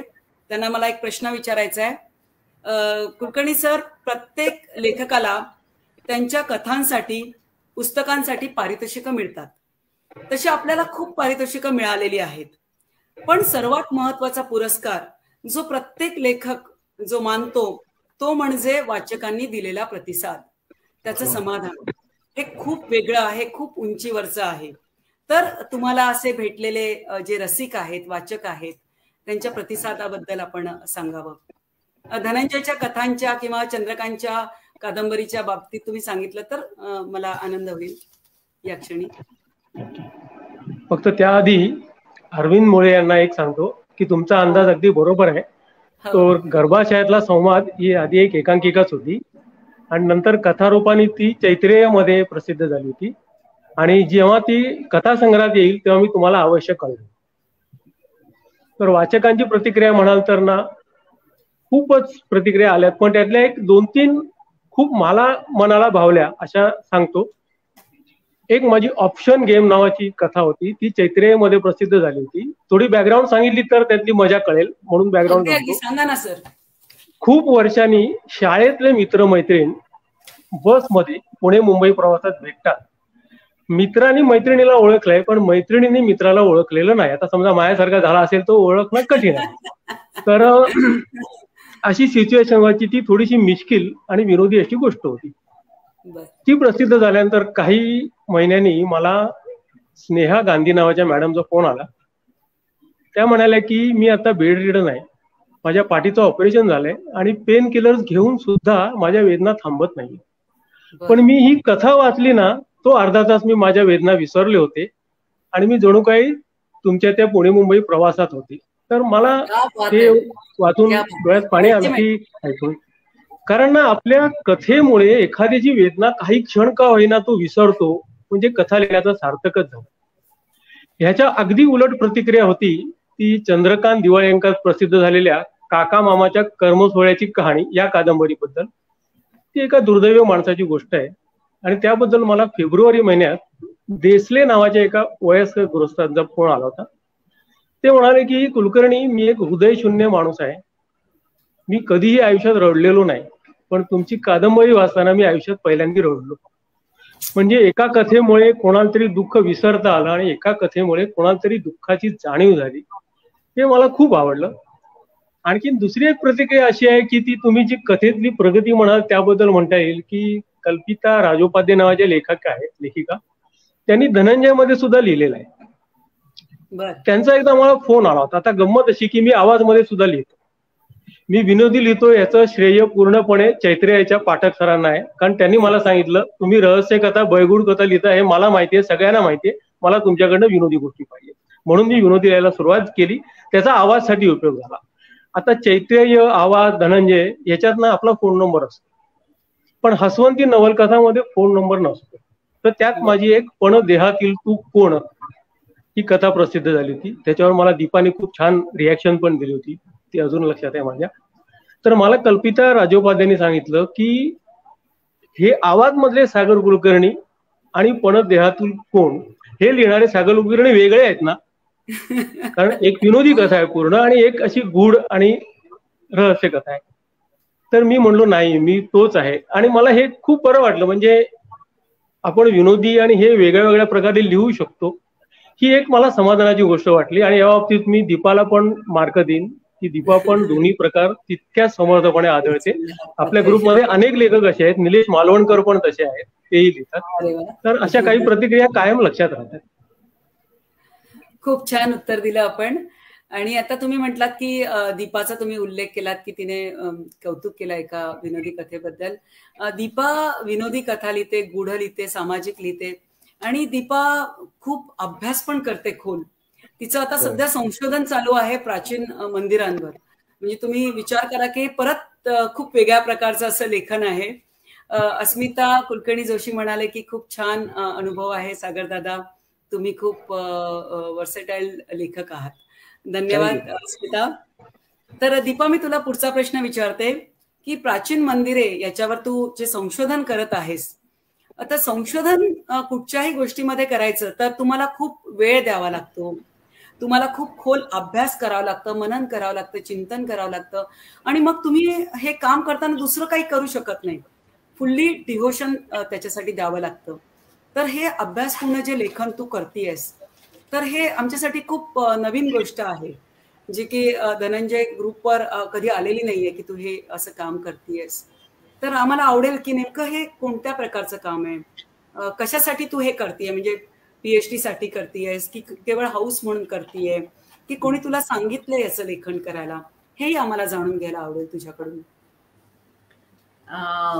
मी आणि माझे पती विनोद या दोघांनाही पर्यटनाची खूप आवड आहे आणि त्यात विशेषतः प्राचीन वास्तू बघायला आम्हाला फार आवडतात. तर असं बरंच पर्यटन आम्ही देशातलं आणि परदेशातलं केलेलं आहे. मंदिरं त्यामुळे सगळेच बघण्यात आलेली आहेत, प्राचीन मंदिरं जी आहेत ते. तर या लेखनाचा प्रवास कसा सुरू झाला त्याच्याबद्दल थोडंसं सांगते मी आधी. की केरळमधलं पद्मनाभ स्वामी नावाचे जे देवस्थान आहे, जे जगामधलं सगळ्यात श्रीमंत देवस्थान आहे, कारण तिथे भूमिगत दालनामध्ये जी संपत्ती सापडली आणि त्या संपत्ती पहिल्यापासून तिथे होती आणि कोर्टाने अशी ऑर्डर दिली की त्याची मोजदाद व्हावी.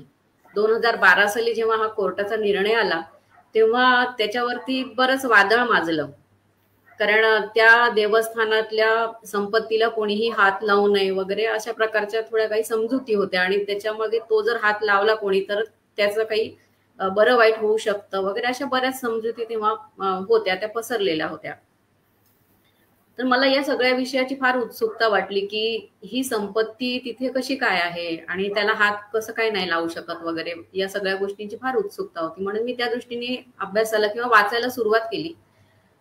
त्याच्यानंतर असं लक्षात आलं की संपत्ती हा विषय जो आहे तो आश्चर्यचकित करणारा आहेच आहे, पण जसं जसं मी वाचत गेले तसं माझ्या लक्षात आलं की हे जे प्राचीन मंदिर आहे आपले, त्याचं स्थापत्य रचना, त्याच्यामध्ये काळाच्या पुढे जाऊन वापरलेल्या ज्या अभियांत्रिकी योजना आहेत, शिल्प, अतिशय समृद्ध अशी शिल्पकला, हे जे आणि जे मंदिर निर्माण केलंय तो राजा किंवा त्याची ऐतिहासिक पार्श्वभूमी, या सगळ्याच गोष्टी मला, हे जे आयाम आहेत ते खूप महत्वाचे वाटले. त्याचे त्या संपत्तीपेक्षा थोडे जास्त महत्वाचे वाटले आणि असं वाटलं की या सगळ्या विषयाला स्पर्श करणारा सर्वांगीण असा एखादा लेख आपण त्याच्यावरती लिहिला पाहिजे.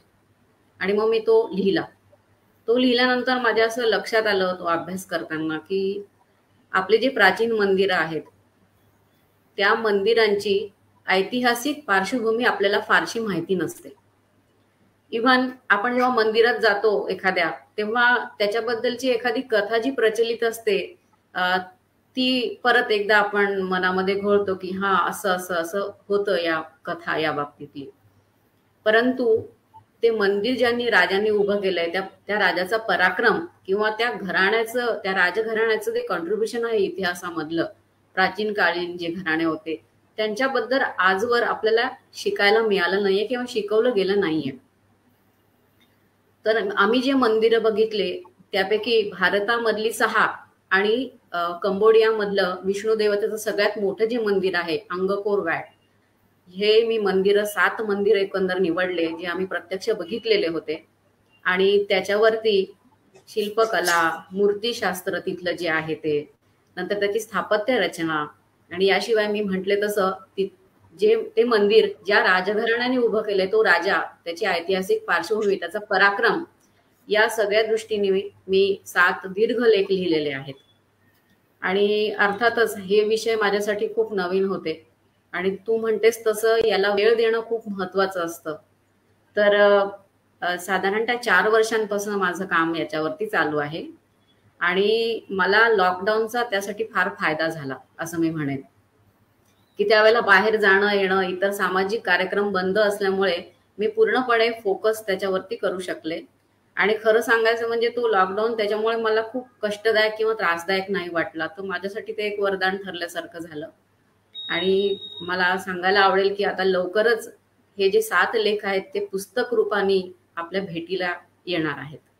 खूप छान, खूप वेगळ्या विषयावरचं काहीतरी काम करते आणि खूप अभ्यासपूर्ण असं तुझं लेखन आम्हाला आता वाचायला मिळेल. आणि मला असं वाटतं की ते पुस्तक आल्यावर आपण तुझी एक संपूर्ण त्याविषयीची मुलाखत ठेवू, म्हणजे तू अजून डिटेल त्याविषयी आमच्याशी बोलू शकशील. मला ना राजांचा आपला प्राचीन इतिहास जो आहे तो लोकांपर्यंत पोहोचावा.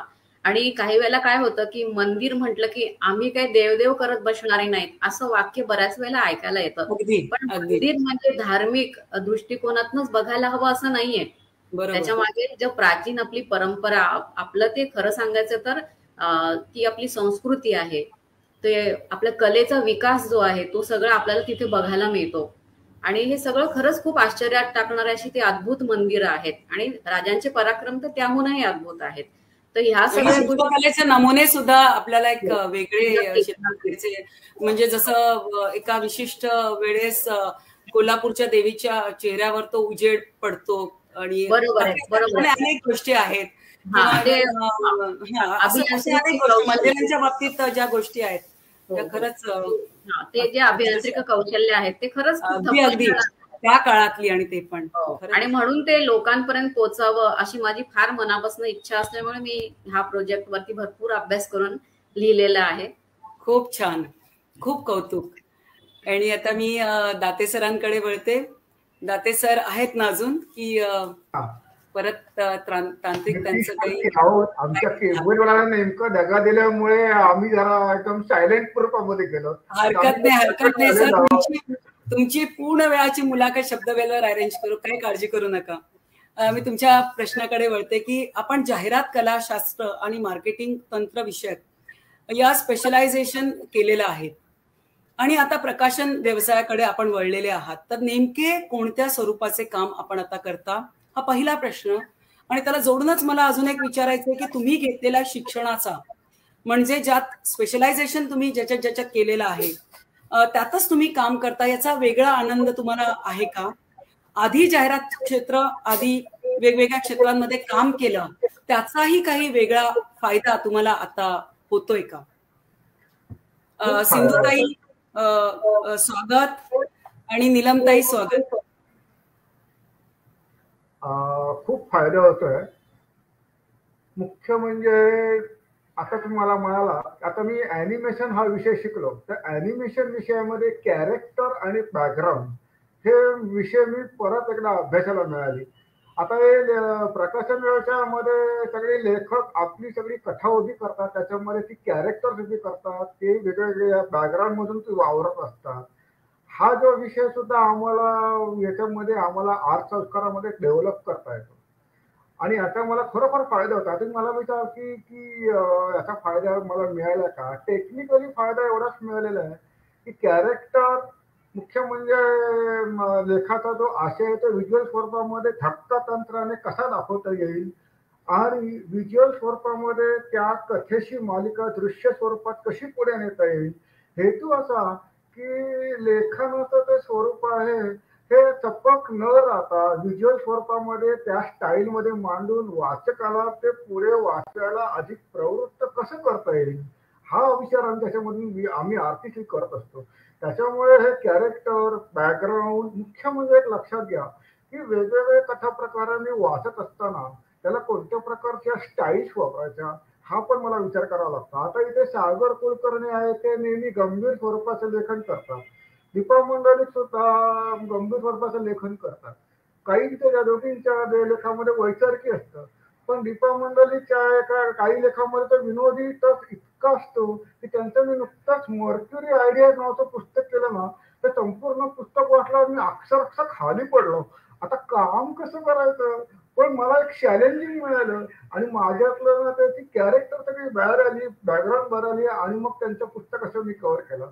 आता हे तुम्हाला एक सहज सांगतो, विषय निघाला म्हणून चंद्रकांत दिवाळी अंकामध्ये रातही पसरी मायाजाल नावाची एक फार सुंदर, म्हटलं तर गूढ, म्हटलं तर रहस्य असं साधारण अशी एक कादंबरी येते.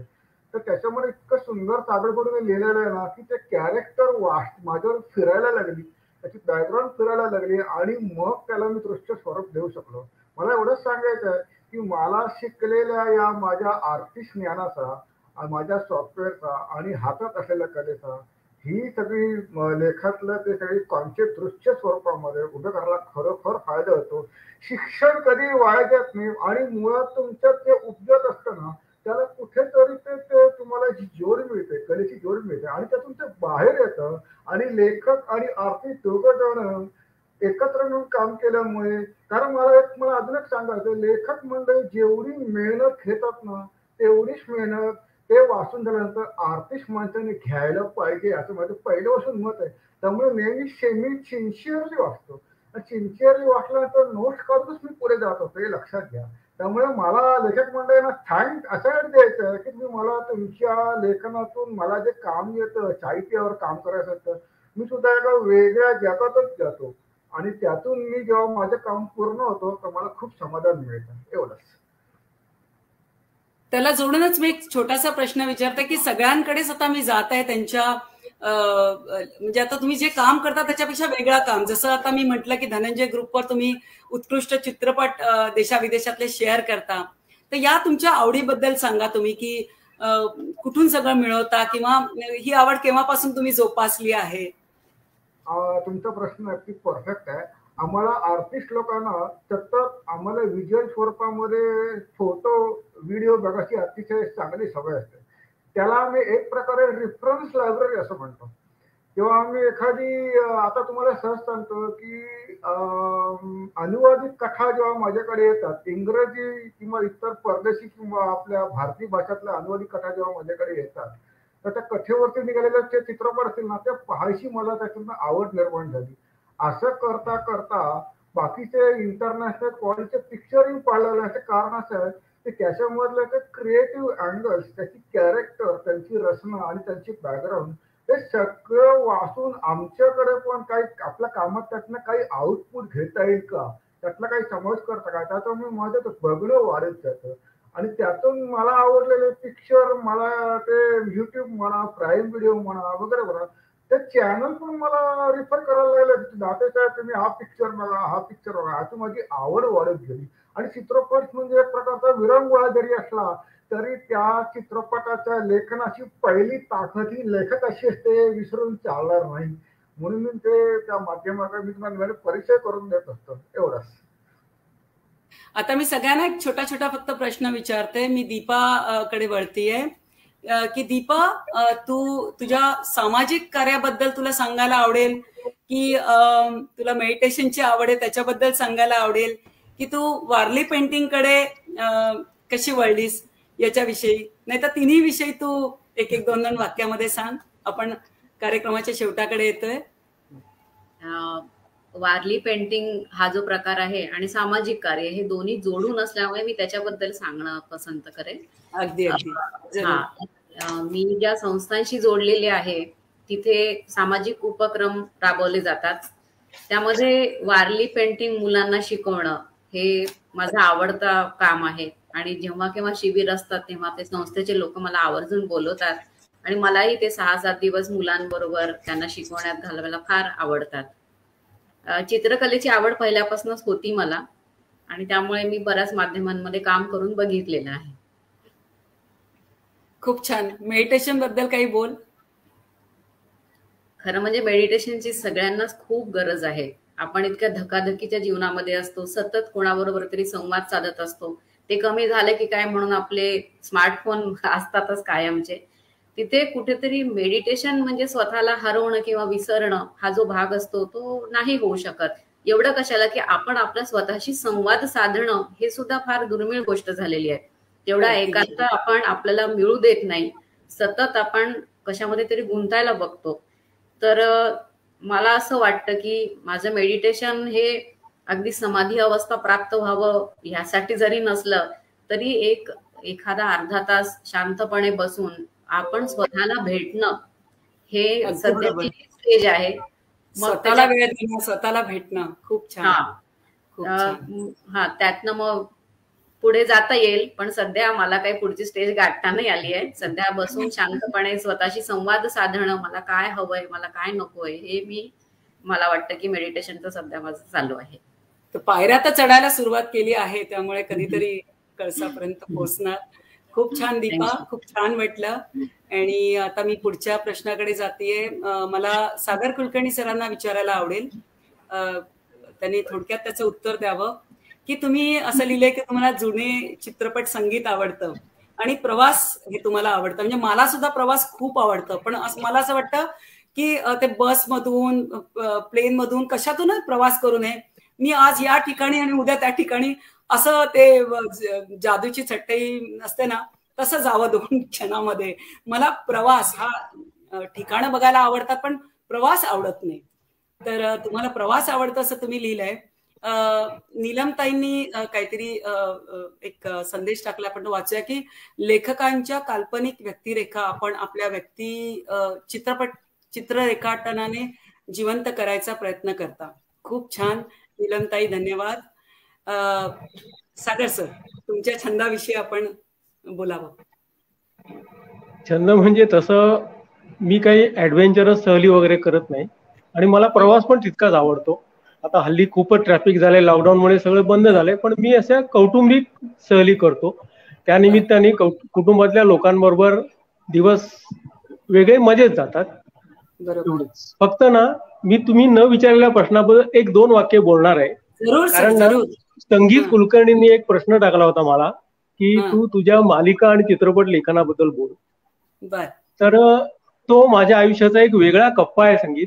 आणि हा कार्यक्रम जो होता तो धनंजयच्या निमित्ताने असा असल्यामुळे तो एक विषय वेगळाच होता. तर त्या विषयावर कोणाला मनात आलं तर वेगळी मुलाखत होऊ शकते, पण या मुलाखतीत ते बोलणं मला योग्य वाटलं नाही, म्हणून मी बायोडाटामध्ये सुद्धा ते दिलं नव्हतं. कारण हा कार्यक्रम खास धनंजयसाठी मी काय केलं त्याबद्दल होता, म्हणून एवढंच. नाही पण सर, तुम्हाला जुनं संगीत आवडतं त्याच्याविषयी आपण जरा सांगावं की नेमकं कोणत्या प्रकारचं जुनं संगीत म्हणजे मी जुन्या संगीताचा वेडाच आहे. शंकर जयकिशन, रोशन, मदन मोहन, लक्ष्मीकांत प्यारेलाल, आर.डी. बर्मन यांची गाणी मी निदान अर्धा तास तरी ऐकतो. माझ्या मोबाईलमध्ये 101 गाणी आहेत, ती ऐकत ऐकत मी झोपतो आणि ती ऐकताना मला कधीही कंटाळा येत नाही. कदाचित लोक म्हणतात की तू नवीन याच्यात काही जाणून का घेत नाहीस, पण ती नवीन गाणी तितकीशी नाही माझ्या मनाला भावत. म्हणजे मला जी गाणी आवडतात त्या प्रकारची गाणी देणारे शेवटचे संगीतकार मला वाटतं नदीम श्रवणे होते. कदाचित मी अभ्यासात किंवा त्याच्यात कल्पकतेत कमी पडत असेल, पण मला ही जुनी गाणी आवडतात आणि मी कितीही दुःखात असलो ना तरी दुःखी गाणी ऐकून बरं वाटतं. हा या गाण्यांचं एक वैशिष्ट्य आहे. विशेषतः लताची गाणी तुम्ही लागोपाठ 5-6 जर ऐकलीत ना, लता दिदींचा मला वाटतं वाढदिवस आहे, तर त्यानिमित्ताने त्यांना आपण अभिष्ट चिंतन करूया. लता मंगेशकरांची गाणी ऐकली, मदन मोहन वगैरेंची, तर सगळ्या चिंता दूर होतात आणि शांत झोप लागते, जणू काही आई आपल्याला अंगाई गाते असं वाटतं. आपल्या परिवाराच्या ज्या हेड आहेत, कुटुंब प्रमुख आपण ज्यांना म्हणूया, त्या निलिमाताईंना मी शेवटचा प्रश्न विचारते आजच्या कार्यक्रमाचा. निलिमाताई, तुम्हाला खूप छंद आहे, म्हणजे गच्चीवरची शेती तुम्ही करता, त्या पुस्तकाचा तुम्ही अनुवादही केलेला आहे आणि खूप आज हा महत्वाचा विषय आहे की गच्चीवर प्रत्येकाने शेती फुलवावी, पर्यावरणाचं महत्व आहे, म्हणजे एक सामाजिक कार्य आहे. किंवा तुम्हाला कागदाची फुलं बनवायला आवडतात किंवा कुकिंग तुम्हाला आवडते, तर तुमच्या छंदाविषयी थोडस कसा वेळ देता, कधीपासून हे सगळं सुरू केलं तुम्ही, तुमच्या गच्चीवर शेती केलेली आहेत का तुम्ही किंवा झाडं लावलेली आहेत का, कोणती झाडं लावली आहेत, हे सगळं आम्हाला जाणून घ्यायला आवडेल. गेली 15-16 वर्ष म्हणजे आमच्या ग्रुपमध्ये, आमचा एक चौल ग्रुप म्हणून, जसा आपला धनंजयचा ग्रुप आहे तसा आमचा एक चौल ग्रुप आहे. आणि त्या चौल ग्रुपमध्ये सगळे जे मधले आर्किटेक्ट झालेले ह्यांच्या बॅचचे त्यांचे मित्र आहेत. आणि त्याच्यात प्रत्येक जण एकेकाकडे एक एक कौशल्य आहे. त्याच्यात सतीश जे आहेत त्यांनी गच्चीवरची शेती ह्याचे क्लासेस घेतले, ते योगावाले आहेत. त्यांच्या प्रेरणेनेच मी योगा करायला लागले. आणि सांगायला आवडेल मला की मी गेल्या करोनाचा, जसा दीपा म्हणाली तसा मला करोनाचा फायदा असा झाला की गेल्या 2 वर्षात मी रेग्युलर रोज 1.5 तास योगा करते आणि महिन्यातनं एकदा 108 सूर्यनमस्कार घालते आणि त्याचा मला खूप फायदा होतो. आणि जसं दीपा म्हणाली तसं की आपण आपल्या अंतर्मनामध्ये शिरतो. योगाचा जेव्हा आपण प्राणायाम आणि हे करतो तेव्हा आपण आपल्या अंतर्मुख होऊन विचार करतो. आणि अंतर्मुख होऊन विचार करणं, कारण आपण इतकं बाह्य साधनांनी आणि ह्यानी हे झालेलं असतो की आपल्याला फार गरज आहे शांतीची, डोक्याला शांतीची, आणि ती शांती आपल्याला ह्या योगाने नक्कीच मिळते. तर ह्या करोना काळात मी 2 वर्ष सातत्याने एकही दिवस योगा शिकवलेला नाही, सातत्याने करते. दुसरी गोष्ट अशी की 15 वर्षापूर्वी मी हे ओल्या कचऱ्यापासून खत करायला सुरुवात केली की आपल्या घरातनं ओला कचरा बाहेर जाऊ नये. आपण सतत पेपरमध्ये वेगवेगळ्या ठिकाणी लेख वाचत असतो आणि ते वाचून सोडून देताना मनाला नेहमी वाटायचं की अरे हे का आपण का नाही करू शकत. आणि म्हणून मग मी ओल्या कचऱ्यापासून खत सुरुवात केली. 2 वर्ष मी आवाहन केलं होतं बॉलिवूड की ज्यांच्याकडे गणपतीचं निर्माल्य तयार होईल त्यांनी माझ्याकडे आणून द्यावं, मी त्याचं खत करीन आणि ते झालेलं खत तुम्ही घेऊन जा. पण 2 वर्षानंतर माझा जो अंकांचा व्याप वाढला त्यामुळे मला मग ते सतत चालू ठेवता येणं शक्य झालं नाही. पण मी माझ्यापुरतं ते करते आणि मग आता माझं खत तयार झालंय, मग ते वापरायचं कुठे. मग ते गच्चीवरच्या शेतीमध्ये, घरातल्या कुंड्यांमध्ये, माझी जवळजवळ घरामध्ये 15 ते 20 कुंड्या लावलेल्या आहेत. त्याच्यामध्ये मी दुधीचं पीक घेतलेलं आहे, दुधी वाढवलं आहे, टोमॅटो वाढवलेत, कारली वाढवली आहे आणि काही माझे ॲडेनियमची झाडं आहेत सुंदर. आणखीन मनी प्लांट्स आहेत वेगवेगळे, जास्वंदीची झाडं आहेत वेगवेगळी. तर हे जे तयार झालेलं खत आहे ते मी घरातल्या झाडांना वापरते. आणि गच्चीवर उत्सुकतेपोटीच मी पार्लेला गच्चीवरच्या शेतीचा क्लास जॉईन केला होता आणि तेव्हा मला हेर्लेकर सरांनी सांगितलं होतं, म्हणून ते पुस्तकाचा अनुवाद, त्या प्रेमापोटीच तो अनुवाद झाला होता आणि त्या प्रेमापोटीच माझं हा छंद मी जोपासते. आणि आता आमच्या सोसायटीच्या गच्चीवरती हा दिवाळी अंक संपला की प्लॅन चालू झालेला आहे गच्चीवर शेती करायचा, कारण खिडकीची जागा फारच कमी पडते. मग आता बिल्डिंग मधल्या 4 जणांना घेऊन वरती आम्ही गच्चीवरची शेती सुरू करतो.